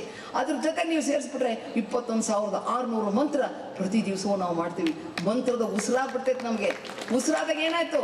ಅಲ್ಲಿ ನಾನು ಪರಮಾತ್ಮನ ಮೂಲ ನೆಲೆಯನ್ನ ಕಾಣ್ಲಿಕ್ಕೆ ಸಾಧ್ಯ ಆಗತ್ತೆ. ನನ್ನಲ್ಲಿರತಕ್ಕಂಥ ಅಂಶ ಆ ಪರಮಾತ್ಮನ ಚೈತನ್ಯವೇ ಇದೆ ಅಂತ ತಿಳ್ಕೊಂಡಾಗ ಬಹಳ ಜಾಗರೂಕತೆಯಿಂದ ನಾನು ಮಾಡಿದ್ದೆ ಆಯ್ತು ಅಂತ ಹೇಳಿದ್ರೆ ಎನ್ನೆಲ್ರಿ ಹೋಗ್ತಾರೆ? ಹೇಳಿದ್ರಲ್ಲ ಅಪ್ಪವರು, ನಕಾರವಾಗಿ ಆಚಾರಲಿಂಗದಲ್ಲ ನಾನು, ಆಮೇಲೆ ಮಹೇಶನಾಗಿ ಮಕಾರದಲ್ಲಿ ಮಹೇಶನಾಗಿದ್ದಾನೆ ಹೇಳಿದ್ರಲ್ಲ, ಹಂಗೆ ತಾನೇ ಬರ್ತಾನೆ, ಅವನು ಉಣಿಸ್ಬೇಕು. ಹೇಳಿದ್ರಲ್ಲ ಅಪ್ಪವರು, ಉಣಿಸ್ರೆ ಯಾವಾಗ ಉಣಿಸ್ತಾರೋ? ಆಚಾರಲಿಂಗ ಬಂದೀನಿ ಉಣಿಸ್ತಾರೇನು, ಗುರುಲಿಂಗವಾಗಿ ಬಂದೀನಿ ಉಣಿಸ್ತಾರೇನು ಅಂತ ಉಣಿಸ್ರಿ. ಹೆಂಗೆ? ಮಂತ್ರದ ಅನುಸಂಧಾನದಿಂದ ಪರಮಾತ್ಮನನ್ನ ಅದೇ ನಿಲುವಿನಲ್ಲಿ ಏಕಾಗ್ರತೆಯಿಂದ ನೀವು ಅದನ್ನು ಮಾಡ್ತಾ ಮಾಡ್ತಾ ಮಾಡ್ತಾ ಎಷ್ಟೊತ್ತು ಕುಂತೀರಿ ಪೂಜೆಗೆ? ಗೊತ್ತಿಲ್ಲ. ಕೈ ನೋವಾಗೈತಾ? ಗೊತ್ತಿಲ್ಲ. ಅಲ್ಲಿ ಅಡುಗೆ ಮಾಡ್ಬೇಕಾ? ಗೊತ್ತಿಲ್ಲ. ಇದನ್ನ ನೀವು ಮಾಡೋಗ್ರಿ, ಅಡುಗೆ 2 ನಿಮಿಷಕ್ಕೆ ಆಗೋಗಿರುತ್ತೆ. ಸತ್ಯ ಹೇಳ್ತೀನಿ ಕೇಳ್ರಿ, ಪರೀಕ್ಷೆ ಮಾಡಿ ನೋಡ್ರಿ. ಹೌದಾ? ಇದು ಅನುಭವದ ಮೇಲೆ ಹೇಳ್ತಿರೋದು. ಆ ಕೆಲಸ ಎಲ್ಲ ಜಾಸ್ತಿ ಅಲ್ರಿ. ಎಷ್ಟು ತನ ರೊಟ್ಟಿ ಬರ್ತಾ ಕುತ್ಕೋತೀರಿ, ಒಂದು 10 ಬಡಿಗೆ ಕೊಂಡ್ರಿ ಬಂದು ಪ್ರಸಾದ ಮಾಡ್ತಾರೆ, ಏನಾರ ಬಿಸಿದು ಮಾಡ್ಕೊಂಡು ಪ್ರಸಾದ ಮಾಡ್ತಾರೆ, ಹೌದಲ್ಲ? ಈ ರೀತಿ ಮಾಡಿದಾಗ ಮಾತ್ರ ನಾನು ಈ 3 ಮಾರ್ಗಕ್ರಿಯೆಗಳಂತ ಏನು ಹೇಳ್ತಾರಲ್ಲ, ಈ 3 ಕ್ರಿಯೆಗಳನ್ನು ಪರಿಪೂರ್ಣತ್ವದ ನಿಲ್ಲುವಲ್ಲಿ. ಇನ್ನು ನೀವು ದೀರ್ಘವಾಗಿ ಹೋಯ್ತು ಅಂತ ಹೇಳಿದ್ರೆ ಈ 3 ಭಕ್ತ ಸ್ಥಳ ಅಂತಾರೆ. ಭಕ್ತ ಕ್ರಿಯಾತ್ಮಕವಾಗಿ ಮಾಡತಕ್ಕಂಥದ್ದು. ಪ್ರಾಣಲಿಂಗಿ ಶರಣ ಇದನ್ನ ಜ್ಞಾನಾತ್ಮಕ ಮಾಡೋದು ಜಂಗಮ. ನಾ ಹೇಳಿದ್ನಲ್ಲ, ಒಂದಿದ್ದಿದ್ದು 2 ಆಯ್ತು ಅನ್ನಲ್ಲ, 2 3 ಆಯ್ತು, 3 6 ಆಯ್ತಲ್ಲ, 6 36 ಆಯ್ತು, 36 216 ಆಯ್ತು. ಮತ್ತೆ ಏನ್ ಮಾಡ್ತಾರೆ? ಇಲ್ಲಿಂದ ಹೋಗ್ಬೇಕು. ಸೋಂಕಿದ ಅರಿದು ನಿಶ್ಚಯಿಸಿ ಪರಿಣಮಿಸಿ ತೃಪ್ತಿಯನ್ನು ಐದುವ ಕಾಲ. ಇದನ್ನು ಫ್ರಾಕ್ಷನ್ ಆಫ್ ಎ ಸೆಕೆಂಡ್. ಈ ವಸ್ತುವನ್ನು ನಾವು ನೋಡ್ತೀವಿ ಅಂತ ಹೇಳಿದ್ರೆ ಹೂವು ಅಂತ ತಕ್ಷಣ ಹೇಳ್ತೀವಿ. ಈ 6 ಕ್ರಿಯೆ: ಸೋಂಕಿದ ಅರಿದು ನಿಶ್ಚಯಿಸಿ ಸುಖಿಸಿ ಪರಿಣಮಿಸಿ ತೃಪ್ತಿಯನ್ನು, ಈ 6 ಕ್ರಿಯೆ ಒಟ್ಟಿಗೆ ಆಗಿರ್ತದೆ. ಆಮೇಲೆ ನಿಮಗೆ ಗೊತ್ತಾಗುತ್ತೆ ಇದು ಪಿಂಕ್ ರೋಸ್ ಅಂತ ಗೊತ್ತಾಗುತ್ತೆ, ಅಲ್ಲಿ ತನಕ ಗೊತ್ತಾಗಲ್ಲ. ಇದು ಪ್ರತಿಯೊಂದು ಕೆಲಸದಲ್ಲಿ, ನಮ್ಮ ಶಟಸ್ಥಲದಲ್ಲಿ ಪ್ರತಿಯೊಂದರೂ ಕೂಡ ನಮ್ಮ ಅಂತರಂಗದಲ್ಲಿ ನಡೆಯತಕ್ಕಂಥ ಕ್ರಿಯೆಗಳು. ಈ ಕ್ರಿಯೆಗಳೆಲ್ಲವನ್ನು ಕೂಡ ನಾನು ಪರಿಪೂರ್ಣತ್ವದ ನಿಲುವಿನಲ್ಲಿ ಸಾಧನೆಯನ್ನು ಆ ಪರಮಾತ್ಮನ ಒಂದು ಇದರಲ್ಲಿ ನಾನು ಮಾಡಿದಾಗ, ನೆನಹಿನಲ್ಲಿ ನಾನು ಇದನ್ನು ಮಾಡಿದ್ದೆ ಆಯಿತು ಅಂತ ಹೇಳಿದ್ರೆ, ಆ ಮೂಲ ನೆಲೆಯನ್ನು ಭಕ್ತನಾಗಿ ನಾವು ಪರಿಪೂರ್ಣತ್ವದಿಂದ ಈ 3 ಸ್ಥಳಗಳನ್ನು ನಾನು ಮಾಡಿದ್ದೆ ಆಯಿತು ಅಂತ ಹೇಳಿದ್ರೆ, ಪ್ರಾಣಲಿಂಗಿ ಶರಣ ಐಕ್ಯ ತಾನೇ ನಡ್ಕೊಂಡು ಹೋಗ್ತವೆ. ನೀವು ಅಲ್ಲಿ ಕೂತಾಗ ನಿಮ್ಗೆ ಏನು ಗೊತ್ತಾಗಲ್ಲ, ಎಷ್ಟೊತ್ತು ಕೂತಿದ್ರಿ ಗೊತ್ತಾಗಲ್ಲ, ಎಷ್ಟು ಮಂತ್ರ ಹೇಳಿದ್ರಿ ಗೊತ್ತಾಗಲ್ಲ. ಸಂತೃಪ್ತಿಯ ಜೀವನ. ಆ ದಿನಕ್ಕೆ, ನಾಳೆಗಲ್ರಿ, ಆ ದಿನಕ್ಕೆ ಸಂತೃಪ್ತಿಯ ಮನೋಭಾವ ಬರ್ತೈತೆ. ಆವತ್ತು ನೀವು ಕೆಲಸ ಏನು ಮಾಡಿದ್ರು ಕೂಡ within A fraction of A second ಎಲ್ಲನೂ ಕೆಲಸ. ಅಡುಗೆ ಮನೆಗೆ ಹೋಗಿ ತರಕಾರಿನೇ ಇರಲ್ರಿ, ಅಡುಗೆ ಮನೆಗೆ ಹೋಗ್ತಿದ್ದು ಅಡುಗೆ ಆಗಿರ್ತೈತೆ, ಪೂಜೆಯಲ್ಲಿ ಆಗಿರ್ತೈತಲ್ಲ, ಇಲ್ಲಿ ಪೂಜೆ ಆಗ್ತೈತೆ ಎಲ್ಲ. ನೋಡಿ, ಈ ರೀತಿ ಮಾಡತಕ್ಕಂಥ ಕೆಲಸಗಳನ್ನು ಮಾಡಿದಾಗ ಮಾತ್ರ ಮಾರ್ಗಕ್ರಿಯೆ ಗುರುವಿನಿತ್ತ ಆದೇಶದ ಮೇಲೆ ನಾನು ನಡೆಯತಕ್ಕಂಥದ್ದು. ಭಕ್ತಿ, ವಿಶ್ವಾಸ, ನಿಷ್ಠೆ ಎಲ್ಲ ಇಟ್ಕೊಂಡಾಗ ಮಾತ್ರ ಈ ಹಂತಗಳನ್ನು ಹಂತವಾಗಿ ನಾನು ಏರ್ಲಿಕ್ಕೆ ಸಾಧ್ಯ ಆಗುತ್ತೆ. ನಾವು ಕೂಡ ಆ ಪರಮಾತ್ಮ ನಮ್ಗೆ ಕಳ್ಸಾರಲ್ರಿ, ಆತಿಥ್ಯವನ್ನು ಒಂದು ಥ್ಯಾಂಕ್ಸ್ ಹೇಳಕ್ ಬರಲ್ವಾ? ನಿಮಗೆ ಬರುತ್ತಾ ಇಲ್ವಾ? ಹೇಳ್ತಿರಿಲ್ಲ? ಹೇಳಕ್ ಬರುತ್ತೆ? ಮೂನ್ರಲ್ಲ, ಹೌದಾ? ಒಂದು ಥ್ಯಾಂಕ್ಸ್ ಹೇಳ್ರಿ. ಬೆಳಗ್ಗೆ ಲಿಂಗಪ್ಪನ ಹಿಡ್ಕೋರಿ ಕೈಯಾಗೆ, ಅಷ್ಟೇ ಸಾಕು. ಥ್ಯಾಂಕ್ಸ್. ಯಾರೋ ಒಂಚೂರು ಸೀಟ್ ಬಿಟ್ಕೊಟ್ರೋ, ಅಥವಾ ಮರ್ತೋಗಿದ್ದ ಚಿಲ್ಲರೆ ವಾಪಸ್ ಕೊಟ್ಟರು, ಅಥವಾ ಯಾರೋ ಗೊತ್ತಿಲ್ಲದವರು ದಾರಿ ತೋರಿಸಿದ್ರು, ಥ್ಯಾಂಕ್ಸ್ ಅಂತೀವಿ. ಆ ಥ್ಯಾಂಕ್ಸ್ ನಮ್ಮ ಅಪ್ಪ ಕೇಳೋದು ಅಷ್ಟೇ, ಇನ್ನೇನಿಲ್ಲ. ಹೇಳಿದ್ರಲ್ಲ ಅಪ್ಪವರು, ಒಂದೊಂದು ಚಕ್ರದಲ್ಲಿ ಕೂಡ ಒಂದೊಂದು ಲಿಂಗವಾಗಿ ನಾನು ಬಂದಿದ್ದೀನಿ, ಉಣಿಸಿ ಅಂತಾರಲ್ಲ, ಹಿಂಗೆ ಈ ಥ್ಯಾಂಕ್ಸ್ ಹೇಳುವಂಥದ್ದು. ಈ ಥ್ಯಾಂಕ್ಸು ಇಷ್ಟಲಿಂಗ ಪೂಜೆ ನಿರೀಕ್ಷಣೆಯನ್ನು ಮಾಡಿ ವಿಚಾರಗಳನ್ನು ಓದಿ, ಏನು ಬೇಡ, ಒಂದು ಅರ್ಧ ಗಂಟೆ ನೀವು ಪೂಜೆ ಮಾಡ್ತೀರಾ, ಲಿಂಗ ಪೂಜೆ ನಿಮ್ಮನ್ನು ನೀವು ಮಾಡ್ಕೋತಿರಲ್ಲ, ಒಂದು ವಚನ ಓದ್ರಿ. ಆ ವಚನ ತುಂಬಾ ಸರಳವಾಗಿರ್ತಕ್ಕಂಥದ್ದು ಬಸವಣ್ಣವ್ರ ವಚನ. ಸರಳ ಅನ್ಬೇಡಿ. ಸುಮ್ಮನೆ ನಾವು ಹೊರನೋಟಕ್ಕೆ ಏನೋ ಕತ್ಕೊಂಡ್ಬಿಟ್ಟಿದೀನಿ ಅಂತೇಳಿ ವಿಸ್ತಾರ ಮಾಡ್ತೀವಿ. ಸತ್ಯದ ಚೂರು ಅಲ್ಲ. ನೀವು ನೋಡ್ತಾ ಇರಿ, ಅದು ಇನ್ನೂ ಒಂದೇ ವಚನ. ಇವತ್ತು ನೀವು ಹೇಳಿದ ರೀತಿ ನಾಳೆಗಿರೋದಿಲ್ಲ. ವೆರಿ ನೆಕ್ಸ್ಟ್ ಸೆಕೆಂಡ್ ಬೇರೆ ಕಾಣಿಸ್ತೈತೆ ನಮಗೆ. ಆ ಬೇರೆ ಕಂಡಿದ್ದು ನಾಳೆ ಇನ್ನೂ ವಿಸ್ತಾರ ಆಗ್ತೈತೆ. ಒಂದೇ ವಚನ ಆಗಿರತಕ್ಕಂಥ ವಚನ ಸುಮ್ಮನೆ ಅಲ್ರಿ ಇದೆಲ್ಲ. ಅವೆಲ್ಲವನ್ನೂ ಒಂದು ವೈಜ್ಞಾನಿಕ ಹಿನ್ನೆಲೆಯಲ್ಲಿ ಇಟ್ಕೊಂಡೇ ನಮ್ಗೆ ಇಷ್ಟು ಲಿಂಕ್ ಕೊಟ್ಟಿರೋದು. ಈಗ ಯೋಗಗಳನ್ನೆಲ್ಲ ಮಾಡ್ತೀವಿ, ಸತ್ಯ, ಹೌದು. ಅದೆಲ್ಲದಕ್ಕಿಂತ ಕೂತ್ಕೊಳ್ಳೋದೇ ಸಾಧನೆ. ಲಿಂಗ ಪೂಜೆಗೆ ಕೂತ್ಕೊಳ್ಳೋದೇ ಒಂದು ಸಾಧನೆ. ಸರಿಯಾಗಿ ಕೂತ್ಕೊಂಡ್ರ, ನೇರವಾಗಿ ಬೆನ್ನೂರಿ ಇಟ್ಕೊಂಡು ಕೂತ್ಕೊಂಡ್ರೆ ಅದೇ ಸಾಧನೆ. ಈ ಸಾಧನೆಯನ್ನು ಮಾಡಲಿಕ್ಕೆ ಎಲ್ಲವನ್ನು ಬಹಳ ಅಂದರೆ ತುಂಬಾ ಮೇಧಾವಿ ಅಂತ ಹೇಳಿದ್ರೆ ಹೇಳಲಿಕ್ಕೆ ಬರಂಗಿಲ್ರಿ. ಎಲ್ಲ ಎಕ್ಸ್ಟ್ರಾ ಆರ್ಡಿನರಿ ಇಂಟೆಲಿಜೆಂಟ್ ಬಸವಣ್ಣವರು. ಅದೆಲ್ಲವನ್ನು ಒಳಗೊಂಡೆ ವೈಜ್ಞಾನಿಕವಾಗಿರ್ಬೋದು. ಯಾವುದೇ ಮೂಲೆಯಲ್ಲಿ ನೀವು ತಗೊಂಡೋಗಿ ಹೇಳ್ರಿ, ಯಾವುದೇ ಒಂದು ತಾತ್ವಿಕವಾಗಿ ಹೇಳ್ರಿ, ಯಾವುದೇ ಒಂದು ನಿಲುವಿನಲ್ಲಿ ನೀವು ಹೇಳಿದ್ರು ಕೂಡ ಇಷ್ಟಲಿಂಗವೇ ಮೂಲವಾಗಿ ಬರ್ತೈತೆ. ಇಷ್ಟಲಿಂಗದ ನೆನಹಿನಲ್ಲಿಯೇ ನಾನೆಲ್ಲ ಕ್ರಿಯೆಗಳನ್ನು ಮಾಡ್ಬೇಕಂತೇಳಿ ಕೊಟ್ಟರಲ್ಲ. ಇಲ್ಲೇ ಕುತ್ಕೊಂಡ್ಬಿಟ್ರೆ ಏಕಾಗ್ರತೆಯಿಂದ ಮಾಡ್ಬೇಕಾದ್ರೆ ಉಚ್ಛ್ವಾಸ ನಿಶ್ವಾಸ ನಿಧಾನಕ್ಕಾಗತ್ತಾ? ಯೋಚನೆ ಮಾಡ್ರಿ. ನಿಧಾನ ಪ್ರಾರಂಭದಲ್ಲಿ ಶುರು ಮಾಡ್ತೀವಿ, ಜೋರು ಮಾಡ್ತೀವಿ. ನಂತರದ ಅದು ಭಸ್ತ್ರಿಕೆ ಆಯ್ತಾ, ಆಮೇಲೆ ಏಕಾಗ್ರತೆ ಮಾಡಿದಾಗ ಪ್ರಾಣಾಯಾಮ ಆಯ್ತಾ, ಎಲ್ಲ ಇಲ್ಲೇ ಬಂತು. ದೃಷ್ಟಿ ಏಕಾಯ್ತಾ, ಎಲ್ಲವೂ ಇದರಲ್ಲೇ ಬಂದ್ಬಿಡುತ್ತೆ. ಈ ರೀತಿ ಮಾಡೋದ್ರಿಂದ ಮಾತ್ರ ನಾವು ಆ ಪರಮಾತ್ಮನ ಮೂಲ ನೆಲೆಯಲ್ಲಿ ಒಂಚೂರು ಒಂದು ಅಣುವಾಗಿ ಕೂಡ ಒಂದು ಥ್ಯಾಂಕ್ಸ್ ಹೇಳೋಣ ಅಲ್ವಾ? ಇಷ್ಟೆಲ್ಲ ನಾವು ಮಾಡಿದಾಗ ಮಾತ್ರ ಈ ಸಾಧನೆಯ ಮೇಲೆ ಆ ಒಂದು ಅನುಭವವನ್ನು, ಉನ್ನತವಾಗಿರ್ತಕ್ಕಂಥ ಅನುಭವವನ್ನು ಕೇಳಲಿಕ್ಕೆ ಸಾಧ್ಯ ಆಗುತ್ತೆ ಅಂತ ಹೇಳಿ ನನ್ನ ಅರಿವಿಗೆ ಬಂದ ತಮ್ಮೆಲ್ಲರ ಶ್ರೀಪಾದಕ್ಕೆ ಸರ್ವಕ್ಕೆ ಶಕ್ತಿಯ